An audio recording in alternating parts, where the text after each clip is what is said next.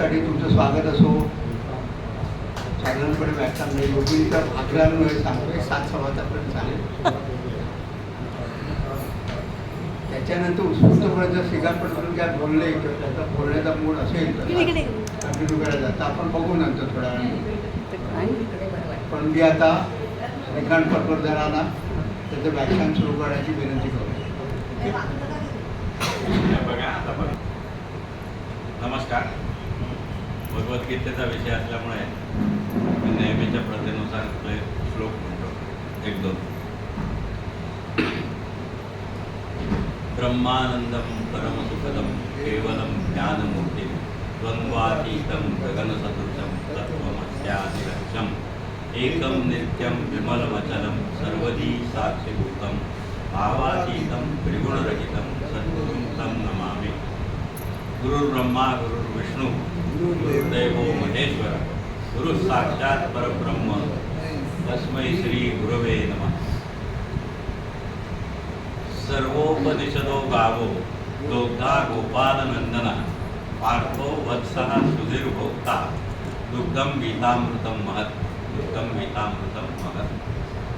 आणि आता आपलं गीताईचं, कारण मी जास्ती करून गीताईच कोट करतोय भगवद्गीतेच्या ऐवजी, कारण ते समजायला सोपी पडते.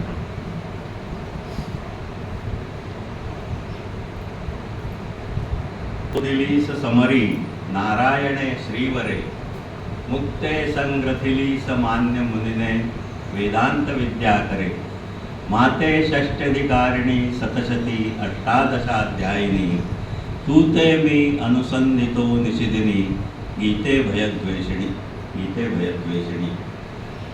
जास्त मोठा झाला का?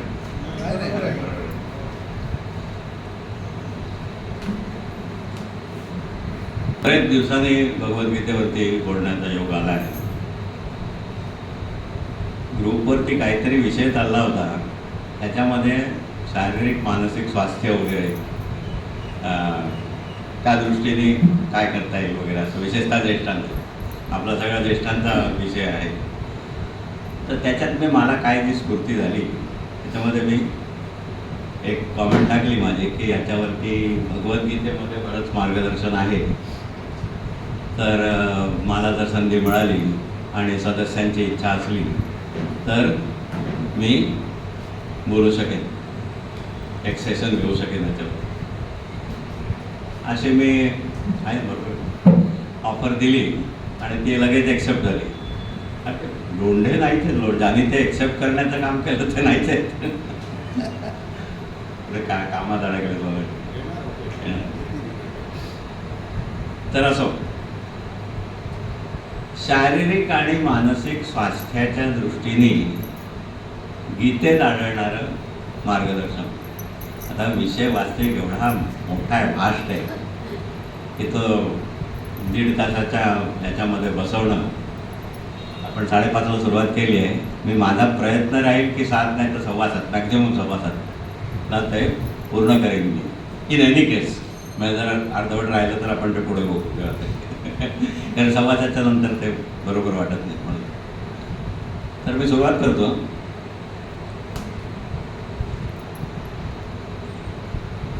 एक 2-3 वेगवेगळ्या तारा माझ्या डोक्यात आल्या होत्या कसं करायचं. अजूनही ते तसं अनडिसायडेडच आहे. आता मी ऑन दी स्पॉट मला जसं सुचेल तसं करतोय. असं आहे की ह्या दृष्टीने विचार केल्यावरती मी भगवद्गीतेच्या 12 अध्यायामधले 49 श्लोक, फक्त 49, गीतेमध्ये 700 श्लोक आहेत, 18 अध्याय. तर काही अध्याय स्किप केलेले आहेत आपण. 12 अध्याय फक्त, काही मधले वगळून, म्हणजे 6 वगैरे देतात. 12 अध्यायातले 49 श्लोक मी काढले, ते लिहून काढलेत वहीमध्ये. गीतेवरती असा बऱ्याच वेगवेगळ्या तऱ्हेने काय म्हणायचं त्याला, प्रयोग म्हणू आपण. गांधीजीने आपल्या आत्मचरित्राला एक्सपेरिमेंट्स विथ ट्रूथ म्हटलं आहे, तर माझे तुम्ही एक्सपेरिमेंट्स विथ गीता म्हणू शकतो आपण. काहीतरी विषय डोक्यात आला की त्याच्या अनुषंगाने गीतेत कुठे काय आहे अशा तऱ्हेचा एक्झरसाईज. मला बँकेच्या मेहरबानीने मी एकटा राहिलो बाहेरगावी असा योग बऱ्याच वेळा आला आणि तेव्हा माझा हा उद्योग चालायचा. दासबोध आणि गीता हे दोन्ही, गीता म्हणजे गीताई मेनली, ह्या अशा तऱ्हेने मी पहिल्यापासून 18व्या अध्यायापर्यंत, पहिल्या श्लोकापासून 700व्या श्लोकापर्यंत आणि दासबोध पहिल्या दशकापासून 20व्या दशकापर्यंत असा बरेच. अरे काहीतरी ते आठवत होतं, असं ह्या अर्थाचं काहीतरी आहे, ते कुठे आहे ते शोधूया असं म्हणून ते पालथं घातलं आहे, असं बरेच वेळा झालेलं आहे. आणि त्यामुळे तो जो अभ्यास दिसतो माझा ना, तो त्यामुळे आहे की बरेच त्याच्याशी खटाटोप केले. तर असं आता ही एवढी बॅकग्राऊंड बात झाली, कारण की आत्मस्तुती होते थोडी. तर आता पहिली सुरुवात करताना नाही म्हटलं तरी त्या श्लोकांकडे जवळण्यापूर्वी एक थोडीशी एक मोह होतो मला. एक गोष्ट सांगतो मी तुम्हाला, छोटीशी गोष्ट नाही आहे ती, एक मुद्दा. त्या तऱ्हेने गीता हे काउन्सिलिंग आहे. भगवान श्रीकृष्ण हा जगातला आद्य सायकोलॉजिकल काउन्सिलर आहे असं माझं मत आहे. मानसोपचार तज्ज्ञ. अर्जुनासमोर जो काही प्रसंग उभा राहिला होता, त्याची जी काही अवस्था झाली होती, it was nothing but A psychological problem. त्याला स्ट्रेस म्हणा, टेन्शन म्हणा, काळजी म्हणा, चिंता म्हणा, कर्तव्य मूड होता की बापरे आता मी काय करू. आणि तो प्रॉब्लेम एवढा होता, नुसतं त्याच्या असं मनात आलं काय करू असं नव्हतं ते. त्याला गरगरल्यासारखं व्हायला लागलं, चक्कर आल्यासारखं व्हायला लागलं, हातातलं धनुष्य गळून पडलं. तो शेवटी रथात बसला, मी लढत नाही म्हणून. मी लढत नाही, मी लढणार नाही. मारूनी जाते जगणे न इच्छू, झुंजावया तेची उभे समोर. कृष्णा स्वजन हे सारे युद्धी उत्सुक पाहुणे वगैरे वगैरे सगळे ते. आजे बाप, मुले, नातू, संबंधी, मेवणे, असे सगळे, गुरु, पितामह, असे सगळे समोर दिसल्यावरती त्याचं ते सगळं अवसान गळून पडलं आणि सायकोलॉजिकल प्रॉब्लेममध्ये तो गेला आणि तो बसून राहिला अक्षरशः. मग त्याला उभंही राहावे ना, युद्ध करायची गोष्टच थोडा. आणि अशा प्रसंगातून कृष्णाने त्याला पुढे उभं केलं. तर ही वॉज द काउन्सिलर. आता काउन्सिलिंग म्हटलं, ही गोष्ट मी सांगणार आहे तुम्हाला. ही सांगायची होती म्हणून एवढं बॅकग्राऊंड सांगितलं. नॉर्मन विन्सेंट पील हे नाव आपल्यापैकी काही जणांनी ऐकलं असेल. Norman Vincent peel, PEALE. हा अमेरिकन आहे आणि हा माझ्या माहितीप्रमाणे रोमन कॅथोलिक चर्चचा रेग्युलर तो फादर आहे. आणि तो एक म्हणजे जगातला एक नावाजलेला काउन्सिलर आहे. त्याची बेस्टसेलर आहे. तो पुस्तकं बरीच आहेत त्याची अवेलेबल. पॉझिटिव्ह थिंकिंग वगैरे या विषयावरची बी बरीच पुस्तकं आहेत. त्याचं एक प्रसिद्ध वाक्य आहे की, आणि हे मी बेलसरेंकडून ऐकलेलं आहे की, एनी काउन्सिलिंग, नीट ऐकत आहे, कायम लक्षात ठेवा, any counselling worth the name, any counselling worth the name has to be spiritual counselling. मला ते फार आवडतं. आणि इथे गीता येते. हे जे मी काउन्सिलिंग सांगितलं कृष्णाने केलेलं, हे 100% स्पिरिच्युअल आहे. 100% शुद्ध spiritual counselling. It is counselling. त्याने अर्जुनाला त्यातून बाहेर काढलं, हा इतिहास आहे. आणि ते स्पिरिच्युअल आहे. तर असं हे आहे म्हणून त्याच्याकडे आपण वळतोय. आणि ते जे आहे, जे काय आहे ते आता मी थोडक्यात आता येतो त्याच्याकडे. मी ती जी काय अवस्था झाली, मोहग्रस्त झाला तो. आपण काय करायचं आता, युद्धाची तयारी. अगदी आयटीत अगदी सांगितलं कृष्णाला की माझा रथ दोन्ही सैन्यांच्या मध्ये उभा कर, म्हणजे मी बघतो कोण माझ्याशी युद्ध करायला इच्छितात ते. असं येऊन अगदी मोठ्या आवेशामध्ये तो आला पुढे. कृष्णाने त्याला सांगितलं, हे बघ सगळे कौरव जमलेत, हे सगळे कौरव जमलेत ते बघ. असं म्हणताना समोर कोण होते? भीष्म आणि द्रोण. ही गंमत आहे. त्या भीष्मद्रोण नृपासतो त्यांना दाखवून कृष्ण म्हणतो की पहा हे जमले सगळे कौरव इथे जमले. धृतराष्ट्रपुत्र होते ते बाजूला होते, समोर भीष्म आणि द्रोण होते. आणि अर्जुनाचं म्हणजे अशा अवस्था होण्याचं कारण तेच होतं. तर आता आपण शारीरिक मानसिकमध्ये आपण मानसिक स्वास्थ्य किंवा हे जे काउन्सिलिंगची गरज पडते असे प्रसंग, याच्यामध्ये पहिला इश्यू येतो स्वजन. तो सगळा जो काय प्रसंग आहे त्याच्यामध्ये ते स्वजन होते, हा फार मोठा फॅक्टर अर्जुनाच्या आड आला. धर्म अधर्म, न्याय अन्याय, नीती अनिती हे सगळं उघडच होतं. त्याने 5 गावं मागायची तयारी दाखवली होती युधिष्ठिराने. 5 गावं, फक्त 5 गावं नाही. त्याच्यावर दुर्योधनाचं उत्तर प्रसिद्ध आहे की मी 5 गावं सोडात, मी सुईच्या आग्रावरती जेवढी जमीन राहते तेवढी पण मी देणार नाही. आणि दुसरं तेवढंच प्रसिद्ध दुर्योधनाचं वाक्य हे आहे की मला धर्म अधर्म काय ते कळतं, पण माझी बुद्धीला जरी कळत असलं तरी ते वळत नाही, माझे मन ऐकत नाही देणार. मला माहिती आहे मी अधर्म करतो, पण मी तोच करणार. त्याचं ते प्रसिद्ध आहे, ते पण आता श्लोक आठवत नाही.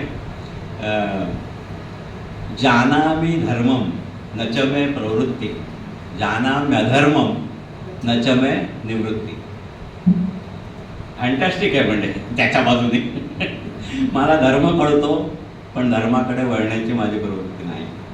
अधर्म कळतो, मी करतोय तो अधर्म हेही मला कळतं, पण त्याच्यापासून निवृत्त होण्याची माझी तयारी नाही. आता तू स्वतःला परमात्मा म्हणतोस, तो माझी बुद्धी पालट.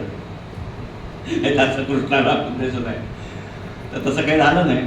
कृष्ण सुद्धा त्याची बुद्धी पालटू शकले नाहीत, युद्धच करायला लागलं शेवटी. असो, आता आपण कुठे होतो? आता आपण डायरेक्ट, मला वाटतं जास्ती वेळ न घालवता आपण त्या श्लोकांकडे येऊया, नाहीतर ते पुन्हा त्यात वेळ जाईल जास्ती.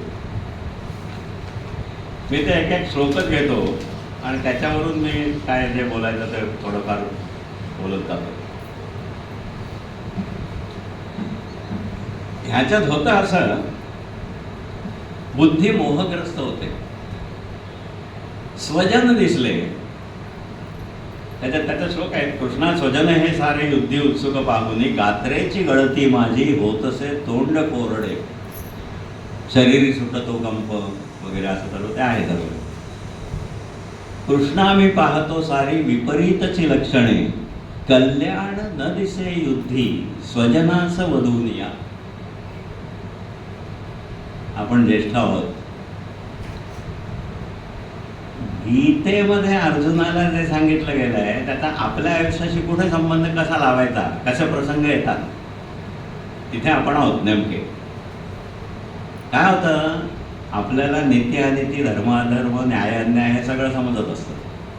थर्ड पार्टी असली, शेजारी कुठेतरी का कुठे जगात कुठेतरी काहीतरी चाललंय, त्याच्यात काय न्यायाचं आहे आणि काय अन्यायाचं आहे आपल्याला समजतं. आपण हिरिरीने न्यायाची बाजू घेऊ घरी बसून.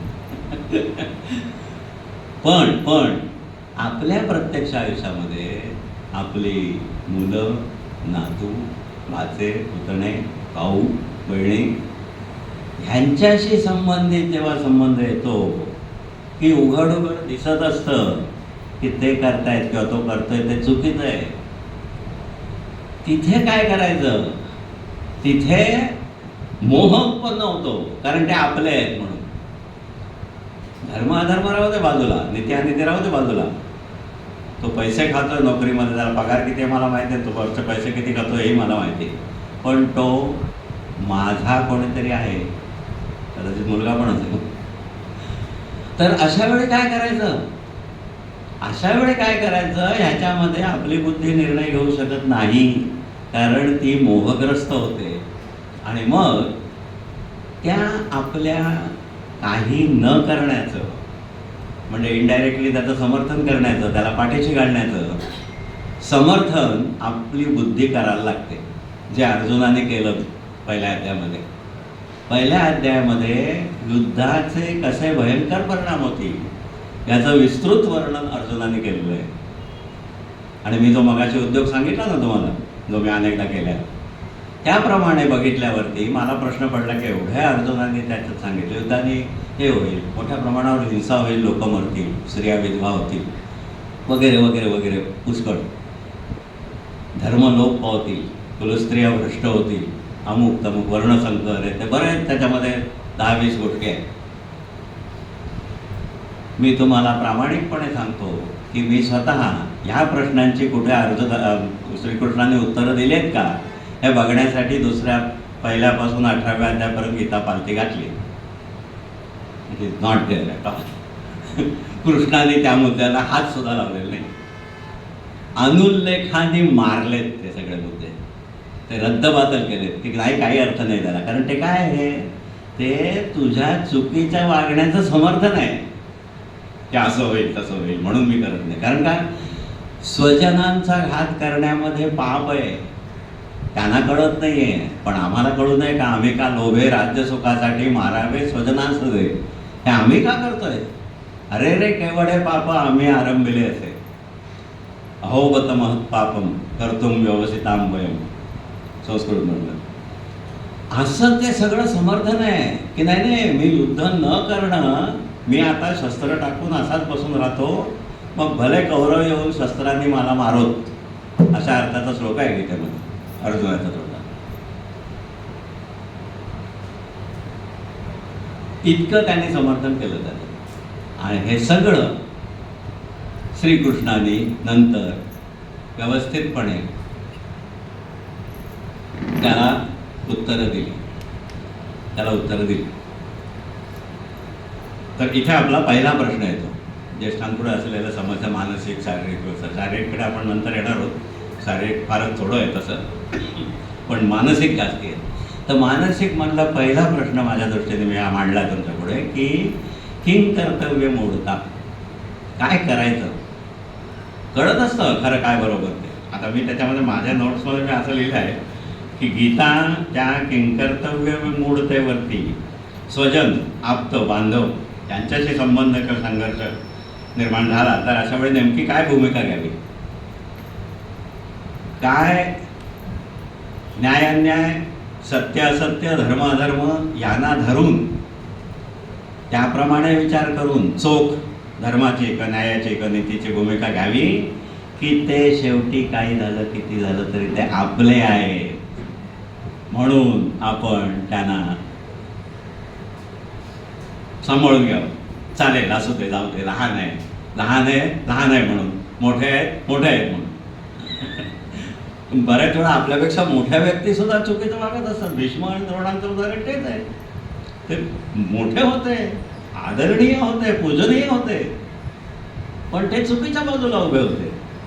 अशा वेळी काय करायचं याचं स्पष्ट उत्तर गीता देते. तुमची ते स्वीकारण्याची तयारी आहे. हे माझं विवेचन त्याच्यावर. कारण कठीण आहे, प्रश्नच नाही. It is difficult. गीता सोप्या गोष्टींना हात घालतच नाही, यामुळे भगवद्गीता आहे ती. टोकाचे प्रश्न आयुष्यात जेव्हा तुमच्यासमोर उभे होतात तेव्हा त्याची टोकाचीच उत्तरं असतात, आणि ती काय आहेत आणि कशी आहेत आणि काय करायचं हे गीता सांगते. आता I need not elaborate at all. अर्जुनाने त्या सर्वांना मारलं, त्याच्यामध्ये शेवटी निघालं की त्यात कर्णही होता, जो त्यांचा सख्खा भाऊ होता. कुंतीने ते शेवटपर्यंत कोणाला सांगितलं नव्हतं. आणि एक विषय निघाला म्हणून ओघाने सांगतो, वेळ थोडा गेला तरी जाऊ दे, पण अत्यंत इंटरेस्टिंग गोष्ट आहे म्हणून सांगतो.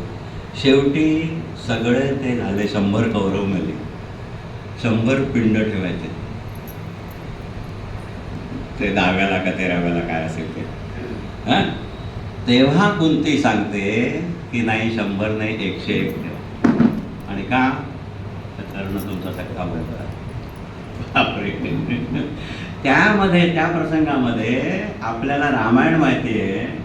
भरताने जसं कैकेयीला निर्भत्सना केली, कठोर शब्दात निंदा नालस्ती केली तिची, की माता न तू वैरिणी, गीत रामायणातलं गीत, माता न तू वैरिणी, तू कुलघातक वगैरे काय काय वाटेल ते बोलतो तिला म्हणजे बोलणार परत स्वतःच्या आईला.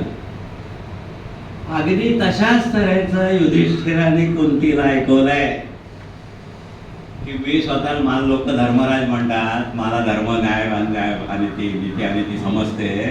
तुला माझ्याबद्दल एवढी खात्री वाटली नाही का की तू जर मला सांगितलं असतंस की कर्ण तुझा मोठा भाऊ आहे तर मी स्वतः गेलो असतो, माझा मुकुट त्याच्या पायाशी ठेवला असता आणि त्याला सांगितलं असतं इथे ये आणि तू राज्य कर, आम्ही धाकटे भाऊ आहोत तुझे, तू त्या पार्टीकडे जाऊ नको.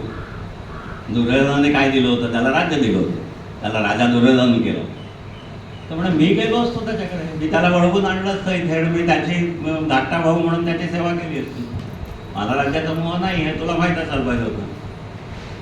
माझी धर्मबुद्धी किंवा न्यायबुद्धी एवढी आहे की जगात त्याचा डंका पिटला जातो आणि तुला माझ्याबद्दल एवढी खात्री नाही वाटली. असं त्याने धर्मराज युधिष्ठिराने कुंतीला ऐकवलेलं आहे. आणि ऐकून घेतलं सगळं, काही उत्तर नव्हतं त्याचं. असो, तर असं आहे ते. तर हा झाला पहिला प्रश्न. ह्या संबंधी स्वजनांच्या संबंधी जेव्हा प्रश्न उपस्थित होतो, तुमचा मुलगा, नातू, आणखी कोण कोण कोण, यादी बरीच लांबवता येईल, त्यांच्या संबंधी जेव्हा धर्माधर्माचा प्रश्न निर्माण होतो तेव्हा तुम्ही निष्पक्षपातीपणे धर्माची का न्यायाची का नीतीची बाजू घेऊ शकत नाही. हे सर्वांना माहिती आहे आपल्याकडे. कोणी असा हरीचा लाभ कोणी असेल तर त्याने हात वर करावं की नाही मी धर्माचीच बोलू नये.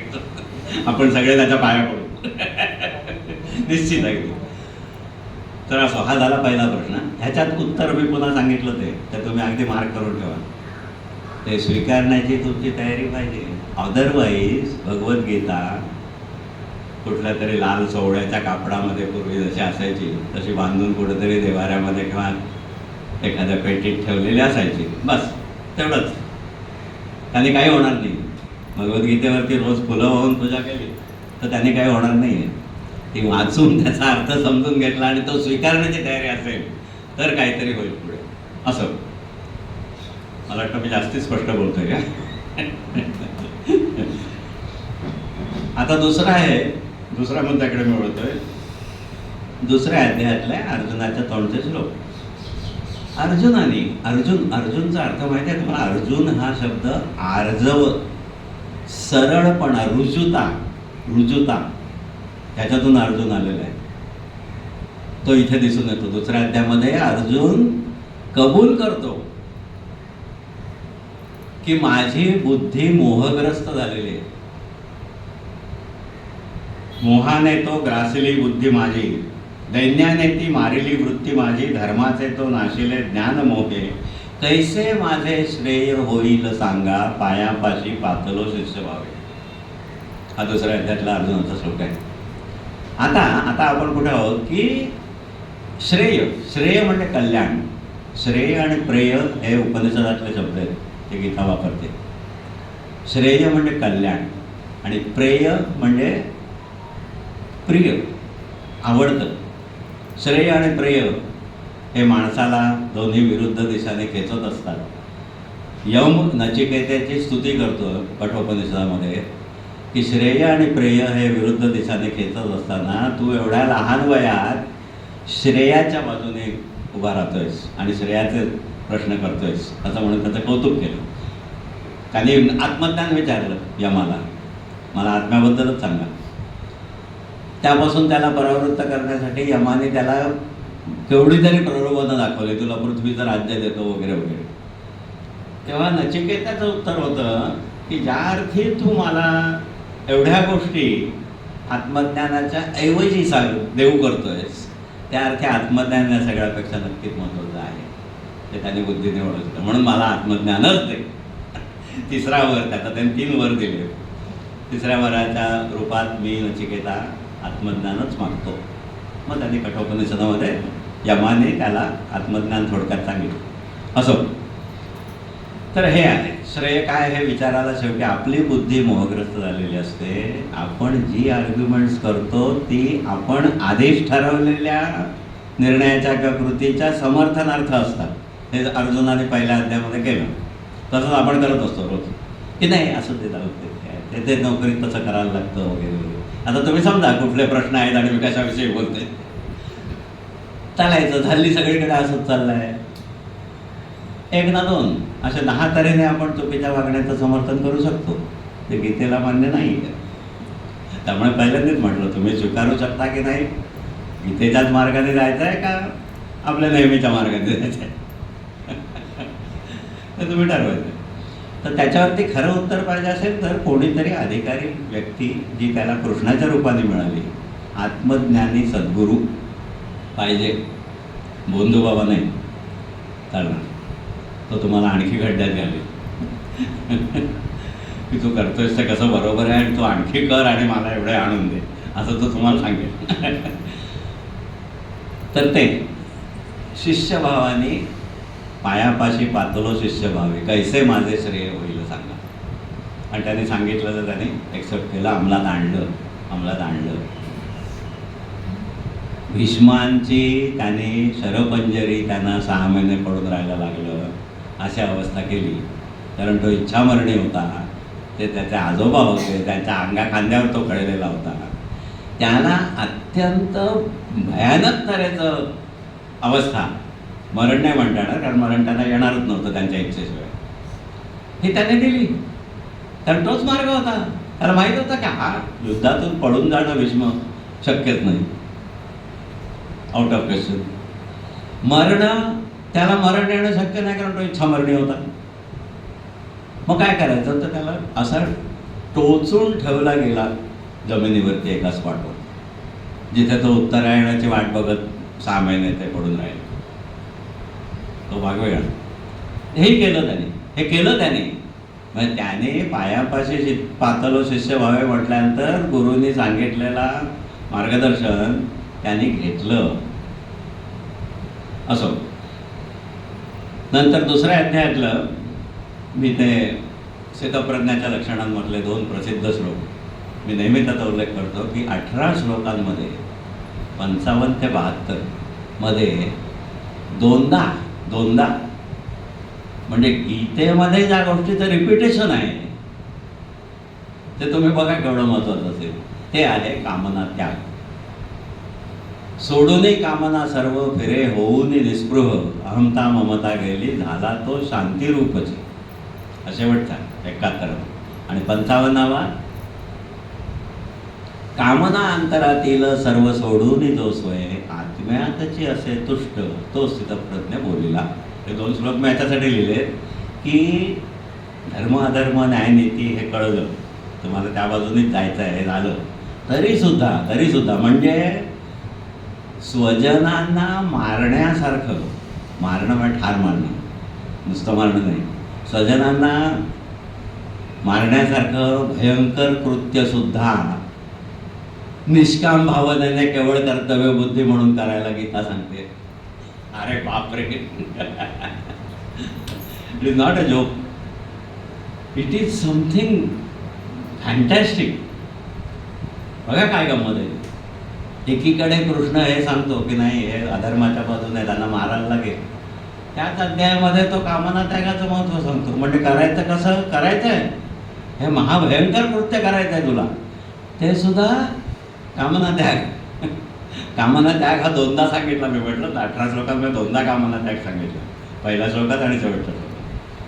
आणि मग शेवटी सांगितलं अर्जुना स्थिती एवढा जर कामना त्याग साधला अहमता ममता गेली झाला तो शांतिरूप. त्याचा पुढचा श्लोक आहे शेवटचा श्लोक 2ऱ्या अध्यायातला. अर्जुना स्थिती ही ब्राह्मी पावता न चळे पुन्हा टिकून अंतकाळी ही ब्रह्मनिर्वाण मिळवी. ब्रह्मनिर्वाण हे गीतेचं ध्येय आहे. असो, आपण तेवढा विचार करू नकोया, आपण थोडा आपल्या अवकातीत राहूया. आता तिसरा मुद्दा. 3ऱ्या अध्यायामध्ये शेवटी अर्जुनाने एक फार मोठा महत्त्वाचा प्रश्न श्रीकृष्णाला विचारला आहे. आज आपण सकाळी पेपर उघडला किंवा टी व्हीवरती बातम्या बघायला बसलो तर आपण हे बघतो सगळं काय, रोज उठून काहीतरी भयंकर प्रकार चालले आहेत, अत्याचार हे ते, आजोबाने नातेवाईक हे केलं म्हणा, काय वाटेल ते, म्हणजे वेगवेगळं. तर नसिराबादचा कोण आहे तो, अमरावतीचं म्हणा, कुठचं आय डिड नॉट मेन्शन. रोजच्या रोज डझनावारी प्रकार घाणेरडे सर्व चाललेले आहेत की ज्याच्यामध्ये काम आणि क्रोध हे मुख्य आहे. क्षुल्लक कारणावर आताच पेपरात आलं होतं की काय उन्हाळा असेल वगैरे त्यामुळे असेल काही समजत नाही आहे, पण क्षुल्लक कारणावर लोकांना राग येतोय आणि तो राग म्हणजे दुसऱ्याला ठार मारण्यापर्यंत जातोय. ती बातमी आली होती आता, काम आणि क्रोध. तर अर्जुनाने श्रीकृष्णाला 5000 वर्षापूर्वी गीतेमध्ये हा प्रश्न विचारला आहे की मनुष्य करीतो पाप कोणाच्या प्रेरणेमुळे, आपुली नसता इच्छा वेठीस धरला जसा. हे गीताचे श्लोक आहेत. मनुष्य करतो पाप कोणाच्या प्रेरणेमुळे, आपुली नसता इच्छा वेठीस धरला जसा. वेठीस धरला, वेठ बिगार म्हणजे गुलामी. आपली इच्छा नसताना सुद्धा पाप कसा करतो मनुष्य, हा अर्जुनाने कृष्णाला प्रश्न विचारला आणि कृष्णाने त्याचं उत्तर दिलं. काम हा आणि हा क्रोध घडीला जो रजोगुण आहे त्यांना तू टाळ, ती मुख्य आहेत. कामाला टाळ. कामाला कसं टाळ, त्याचं उत्तर, कामावरती विजय कसा मिळवू, त्याचं उत्तर 3ऱ्या अध्यायाच्या शेवटच्या 2 श्लोकांमध्ये, 2-3 श्लोकांमध्ये. इंद्रिये बोलिली थोर, मन त्याहुनी थोरते, बुद्धी थोर मनाहुनी, थोर तिहुनी तो प्रभू. प्रभू म्हणजे आत्मा, परमात्मा, ईश्वर. असा तो प्रभू जाणूनी आवरी आपा आपणा, संहारी काम आवैरी तू जाणवनी परोपरी, तू गाठवूनी परोपरी. हे उत्तर आहे. हे जे काय चाललंय सगळं, ती घटना घडली की लगेच डझनभर राजकारणी लोक तयार होतात की त्याला ताबडतोब फाशी द्या, त्याला भर चौकात फाशी द्या, त्याला फटके मारा, दगडांनी चेचून मारा वगैरे वगैरे वाटेल. ही उत्तर नाही आहेत, उत्तर नाही आहेत. हे पाप का घडतायत एवढी? मनुष्य करतो पाप कोणाच्या प्रेरणेमुळे, आपुली नसता इच्छा वेठीस धरला जसा. हा प्रश्न आहे, हा सनातन प्रश्न आहे. 5000 वर्षापूर्वी अर्जुनाने विचारला होता. याचा अर्थ तुम्ही समजा काय ते. होतं तेव्हा सुद्धा हे सगळं कलियुग सुरू झालेलंच आहे. आता ते फक्त प्रचंड प्रमाणावरती दिसतंय. काल कोणीतरी टी व्हीवरती मी काल ऐकलं की कोणीतरी ते असं हे केलं की आपल्या देशामध्ये दर दिवशी 24, मला वाटतं 24 का 12 असं काहीतरी, दर अर्ध्या तासाला बलात्कार होतो. दिस इज द पोझिशन.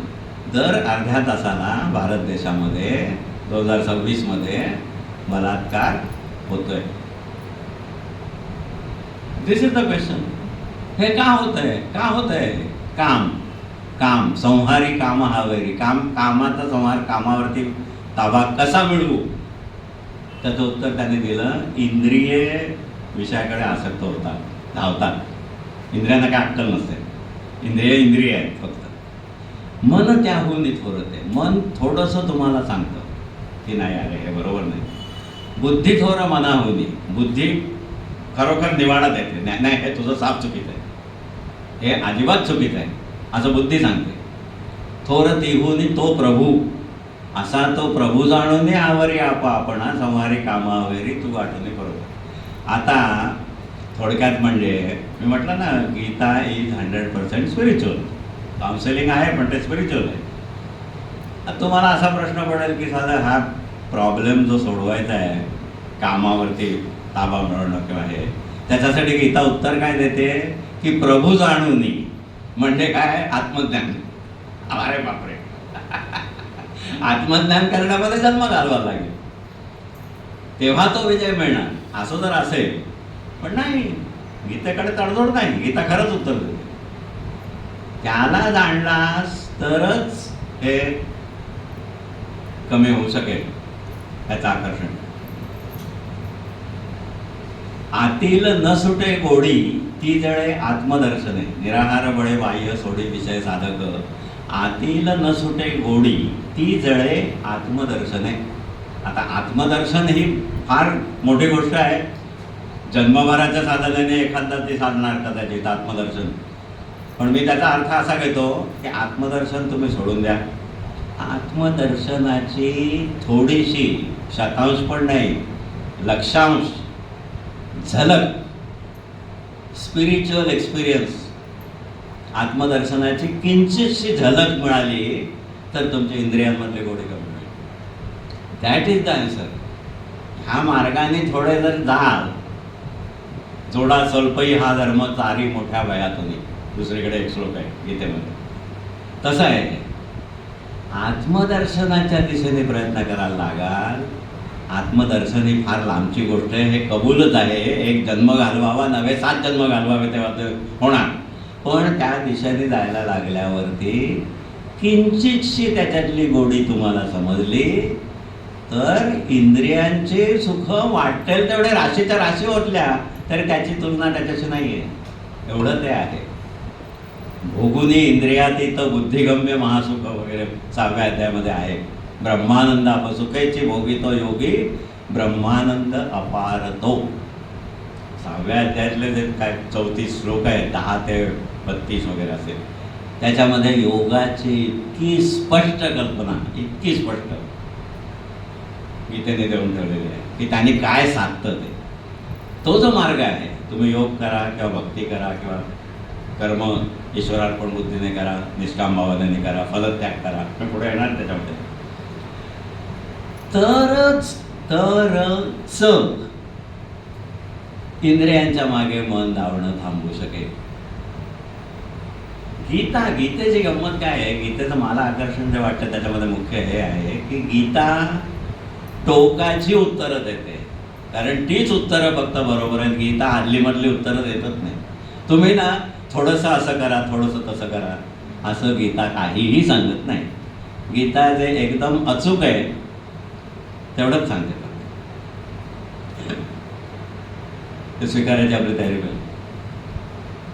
हा ह्याचे श्लोक आहेत, 2 श्लोक माझ्या अत्यंत आवडते आहेत. इंद्रिय बोलेली थोरं. गीतेने कबूल केलं की इंद्रियांचं विषयाबद्दल आकलन जबरदस्त आहे, जबरदस्त आहे. वाऱ्याने जशी नौका खेचली जाते स्थितप्रज्ञाच्या लक्षणामध्ये आहे, तसं मन खेचलं जातं विषयांच्या मागे. मन त्याहून थोर होते. त्याहून मनाने थोडा वेगळा विचार करा. बुद्धी त्याच्याहून थोर आहे, पण प्रभू त्याच्यापासून, बुद्धीपासून, बुद्धीपेक्षा अनेक पटीने थोर आहे. तो प्रभू जाणून आवरी आपा आपणा. एरवी शक्य नाही आहे. आवरी आपा आपणा हे प्रभू जाणल्याशिवाय शक्य नाही आहे. हे सांगायला गीता कचरत नाही. That is the strength of it, the beauty of it. No फालतू फालतू सोल्युशन जे तुम्हाला जमण्यासारखंच नाही आणि ते मुळात जमण्यासारखं नाहीच आहे कोणालाच, ते गीता सांगत नाही. गीता जे अचूक आहे तेच सांगते. तू आत्मज्ञानाच्या दिशेने, प्रभू ईश्वराला जाणण्याच्या दिशेने प्रयत्न केलास तरच तुझा याच्यावरती थांबा येऊ शकेल. आता हे जर कोणी अशा तऱ्हेने सोडून देणार असेल की नाही, हा आहे ना तुम्ही काहीतरी सांगा, तर इट इज युअर चॉईस. दुसरा कुठला मार्ग असेल तर सांगा, दुसरा कुठला मार्ग असेल तर सांगा. आज हे एवढे प्रकार 2026 मध्ये चालले. कामावरती सामान्य माणसाला ताबा मिळवता येईल, काय कायदे करून होणार आहे, शिक्षा करून होणार आहे? शक्यच नाही आहे, शक्यच नाही. झालेत सगळ्या शिक्षा आहेत. सगळं एन्काउंटर करा, मारूनच टाका त्यांना, काही नको खटले बिटले वगैरे. That is not a solution. That is not a solution. खरा मार्ग जर असेल तर तोच आहे की यांना त्या मार्गाने त्याला जाणण्याच्या मागे लागा, त्याच्या मार्गात राहा, तर तो तुम्हाला मदत करेल की ह्याच्यावरती ताबा मिळणार. काम आणि क्रोध. त्याच्यात गंमत अशी आहे, ते जो प्रश्न आहे त्याच्यामध्ये त्यांनी उत्तर देताना सुरुवातीलाच सांगितलं की काम हा आणि हा क्रोध घडीला जो रजोगुण आहे. पण पुढचं जे सगळं सांगितलं आहे त्यात क्रोधाचा उल्लेखच नाही. गंमत आहे, समजून घेतलं ना डीपली तर ह्या गोष्टी कळतात. क्रोधाचा कुठं उल्लेख नाही. कारण काय, कामामध्ये अडथळा आला, तुमचा काम पूर्ण नाही झाला तर क्रोध निर्माण होतो. त्यामुळे खरा महत्वाचा कामच आहे. म्हणून ती मांडणी अशी 700 श्लोकांमध्ये सगळ्या जीवनाला, समग्र जीवनाला व्यापून टाकेल असं तत्वज्ञान मांडलं आहे. त्यामुळे फालतूगिरी करायला वेळच नाही आहे. बरोबर नेमकं आणि अचूक असंच मांडलं. क्रोधाबद्दल एक अक्षर त्यांनी काढलेलं आहे की क्रोधावर विजय कसा मिळवू, नाही, कामावरती मिळव म्हणजे आलं. Fantastic brevity, briefness of the narration. कृष्णाला जे काय सांगायचं होतं ते 700 श्लोकात सांगायचं. कामावरती कसा विजय मिळू शकेल हे त्याने हिंट दिली, क्रोध त्याच्यात आला. इथे आहे अन्य ठिकाणी की काम तृप्त झाला तर लोभ निर्माण होतो, तो अतृप्त राहिला, त्यात अडथळे आले तर क्रोध निर्माण होतो. म्हणजे क्रोध आणि लोभ हे कामातूनच शेवटी येत आहे. This is the logic. असं ते काय होतं, भगवद्गीतेबद्दल बोलताना त्या अनुषंगाने हे, त्या अनुषंगाने ते असं वाढत जातं जास्ती. आता आपण चौथ्या भागाकडे येऊया, चौथ्या मुद्द्याकडे. पाप कोणाच्या प्रेरणेने करतो, पापाचं मूळ कारण आणि कामावर विजय मिळवण्यासाठी काय करायचं ते. आता चौथा मुद्दा, ह्याच्यात आपण येतोय 6व्या अध्यायाकडे. आहार विहार, मोजून मापून. निजणे जागणे खाणे फिरणे आणि कार्यही. निजणे जागणे खाणे फिरणे आणि कार्यही मोजून करीतो त्यास योग हा दुःख नाशन. या सगळ्या गोष्टी काय, जागत बसणं, जागणं किंवा निजणं, खाणं फिरणं आणि काम, या सगळ्या बरोबर आपलं आलं सगळं. आहार विहार हे सगळं जो मोजून करतो त्याला हा योग, जो गीतेच्या 6व्या अध्यायात जो सांगितलाय, तो दुःख नाशन होईल. केव्हा? हे सगळं तुम्ही मोजून मापून करत असाल तर. मोजून मापून म्हणजे मर्यादे. तिथे यात्रेकट्टावर मागे बोलताना एकदा बोललो होतो, लोकांचे काय रिॲक्शन मला माहिती नाही, पटवरून गेडपटासारखं काहीतरी बोलतात मुलगासारखं असं म्हणणार, मला कल्पना आहे. मी काय बोललो होतो की आजकालचे लोक पालक कौतुकाने आपल्या, विशेषतः आय टी क्षेत्रातल्या मुलाबद्दल, इंजिनियर किंवा आय टी किंवा इतरही क्षेत्र असतील, कौतुकाने असं सांगतात की तो ना सकाळी 7-7:30ला जातो, अजिबात उशीर चालत नाही आणि यायची वेळ फिक्स नाही, कधी 10-11 काही. हे कौतुकाने सांगितलं जातं. व्हॉट इज दिस? लाज वाटली पाहिजे हे सांगायला.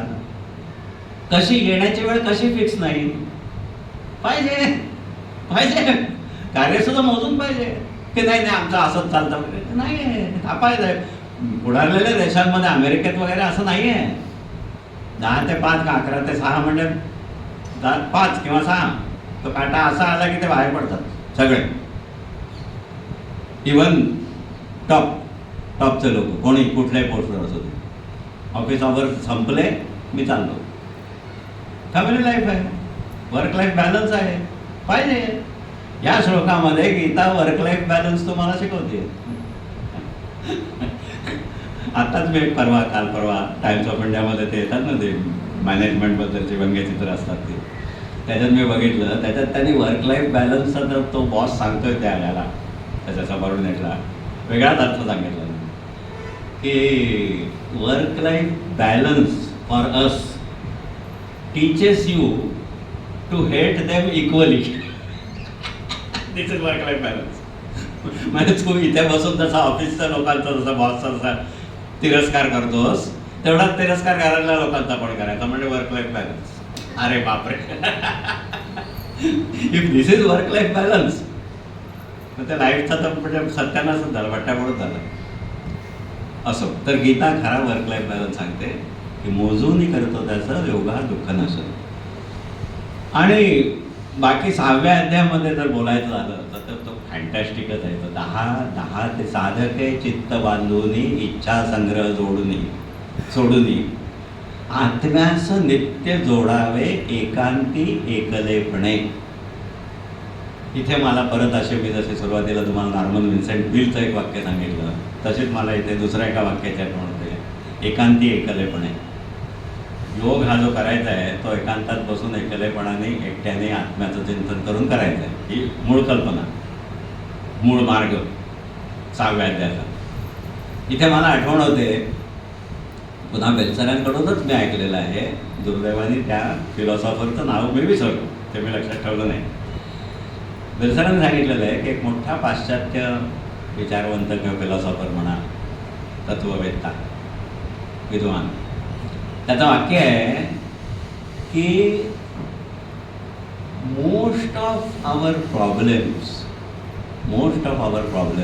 आवर म्हणजे सगळ्या मनुष्य जातीचे, सामान्य माणसांचे, arise or originate from our unwillingness to sit quietly in a room. नेमकं म्हणजे भगवद्गीतेच्या 6व्या अध्यायाचे योग सांगण्याची सुरुवात तिथे होते की तू एकांतामध्ये एकलेपणाने बस आणि हे कर. आता त्या फिलॉसॉफरने हे वाक्य बोललं की आपले सगळे प्रॉब्लेम आपण एका खोलीमध्ये quietly, we cannot sit quietly in a room, इथून चालू होतात सगळे प्रॉब्लेम. पण त्या खोलीत एकट्याने बसून काय करायचं ते त्यांनी सांगितलं नसेल, ते गीता सांगते. त्या फिलॉसॉफरने ते सांगितलं नसेल की काय करा तुम्ही. त्यांनी काय सांगितलं की तुमचे सगळे प्रॉब्लेम तुमच्या अनविलिंगनेस एका खोलीत बसणं आणि बाकी सगळं फॉरगेटिंग ह्याच्यातून चालू होतात. एवढं त्याला कळलं, पण त्या खोलीत बसून करायचं काय ते त्याला माहिती नाही. ते गीता सांगितलं. फॉर्च्युनेटली आपल्याकडे गीता आहे. गीता सांगते ते आत्म्यास नित्य जोडावे एकांती एकलेपणे. संबंध तो 6व्या अध्यायातच म्हणजे तो तर म्हणजे पाठच करावा आणि त्याच्याप्रमाणे तर सगळा मार्ग त्याच्यामध्ये दिलेला आहे, सगळं अगदी ए टू झेड. आणि त्याचं टोक हेच आहे, सुखेची भोगी तो योगी ब्रह्मानंद अपार.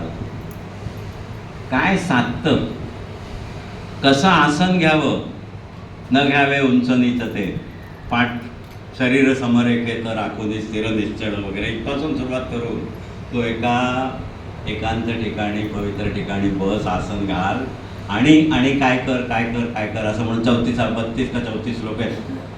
तिथपर्यंत त्याने सगळ्या समग्र जीवनामध्ये पातंजल योगाचं सगळं सार त्याच्यात सांगितलं, समाधीपर्यंत जाण्याचं. इतका तो अप्रतिम आहे. त्यामुळे आता आम्ही त्याच्यात जास्त वेळ घालवत नाही. पुढचा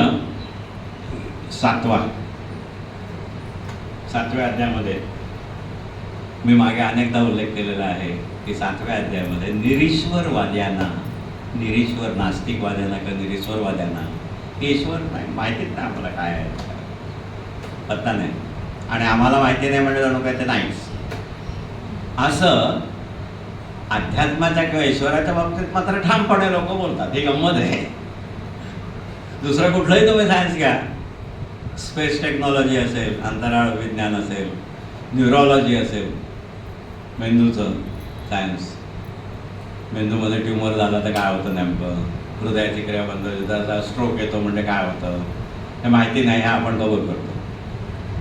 ते मला माहिती नाही म्हणजे ते नसेलच असं आपण म्हणत नाही, कारण की ऑपरेशन्स होतात आणि लोक त्याच्यातून बरे होतात.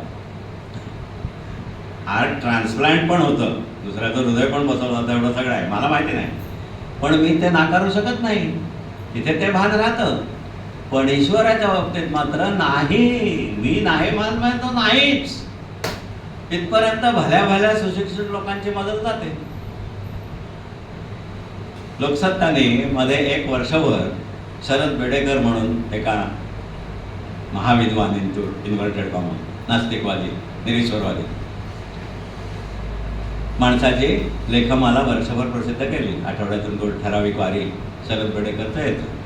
काय ते मानव विजय हरिविजयच्या स्टाईलवर मानव विजय. माझी त्या शरद बेडेकरच्या लेखांबद्दल 4 का 5 पत्र, त्यातली काही अगदी विस्तृत आहेत, लोकसत्ताने छापली. ईश्वराचं मूळ किंवा सृष्टीचं मूळ, सृष्टी कशी निर्माण झाली आहे ते असे जे गहन प्रश्न आहेत तत्त्वज्ञानातले आणि ह्याच्यातले, म्हणजे मेटाफिजिक्स किंवा अशा ह्याच्यातले, अशा संकल्पना आहेत. मानवी जाणीवेच्या मर्यादा वगैरे वगैरे अशा एवढ्या टॉप लेवलचं ते सगळं त्याचं होतं सर्व मांडणी. आणि त्याचा भर सगळा हे सगळं काही नाही आहे त्याच्यावरतीच होता. तर फॉर्च्युनेटली असं झालं की एका त्याच्या महत्त्वाच्या लेखाला मी जे उत्तर लिहिलं ते लोकसत्ताने शब्दशः जसं तसं छापलं. तर चांगलं मोठं पत्र आहे ते.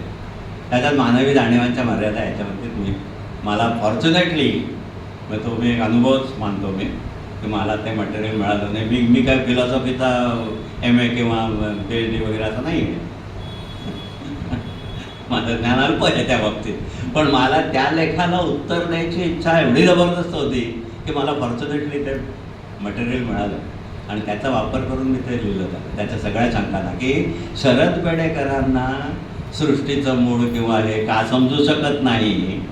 त्या मर्यादा ज्या आहेत त्या मानवी जाणिवेच्या मर्यादा आहेत. त्याच्यात अशी उदाहरणं होती की जसं आपण एका चिमट्याने पातेलं म्हणा किंवा कुठली वस्तू म्हणा, चिमट्याने आपण उचलतो, पण त्या चिमट्याने आपल्याला तोच चिमटा उचलता येत नाही. It was like that. हे एक उदाहरण झालं. दुसरं, मुलाला ज्याप्रमाणे बापाचं बारसं बघणं शक्य नाही, अशी उत्तरं होती त्याच्यामध्ये की हे आहे, धिस इज इट. त्यामुळे शरद पेडणेकरांना ते का समजू शकत नाही आहे, त्याची उत्तरं ही आहे. आणि ते तुम्हाला समजू शकतच नाही अशीच रचना आहे जगाची, म्हणजे तो नाही आहे असं नाही. तुमच्या आवाक्याच्या पलीकडच्या गोष्टी आहेत ज्या तुम्हाला समजू शकत नाही, याचा अर्थ त्या गोष्टीत नाही आहेत असं होत नाही. आणि लोकसत्ताने जे माझं पत्र छापलं याचा अर्थ त्यांना ते तेवढ्यापुरतं तरी पटलं असावं. माझा आक्षेप हाच होता की तुम्ही निरीश्वरवादाचा पुरस्कार का करताय. व्हॉट इज देअर, काय होणार आहे त्यांनी. निरीश्वरवादाचा पुरस्कार तुम्ही का करताय. लोकांची जी श्रद्धा आहे, तुम्हाला समजू शकत नाही ईश्वर, ठीक आहे तुम्ही सोडून द्या, त्याचा प्रसार का करताय.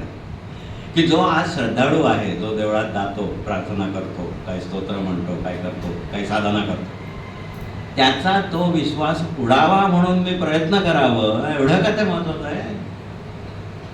नाही. लॉजिकली नाही वाटत, ते पटत नाही. कशाला करते. ज्यांची श्रद्धा आहे ती असू द्या ना. असं एनिवे ते असं लांबत जातं. आता हा 7वा झाला. 7व्या अध्यायामध्ये आपण होतो. 7व्या अध्यायामध्ये मूळ निरीश्वरवादाला उत्तर. 7व्या अध्यायामध्ये श्लोक 4 ते 7, 4, 5, 6, 7 फक्त. मी अनेकदा माझ्या भाषणामध्ये सांगितलेलं आहे की निरीश्वरवादी किंवा नास्तिकवादी तुम्हाला जर भेटला तर त्याला हे उत्तर द्या की गीतेची ईश्वरविषयक संकल्पना ही आहे. 7वा अध्याय श्लोक 4 ते 7, 4, 5, 6, 7 ते इतके माझे आवडते आहेत की ते मला पाठ आहे. पृथ्वी आप तसे तेज, वायू आकाश पाचवे, मनबुद्धी अहंकार अशी प्रकृती अष्टधा.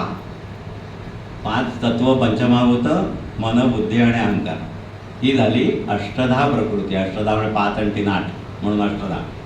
ही झाली अपरा माझी दुसरी जाणती परा, जीवरूपे जिने सारे जग हे धरिले असे.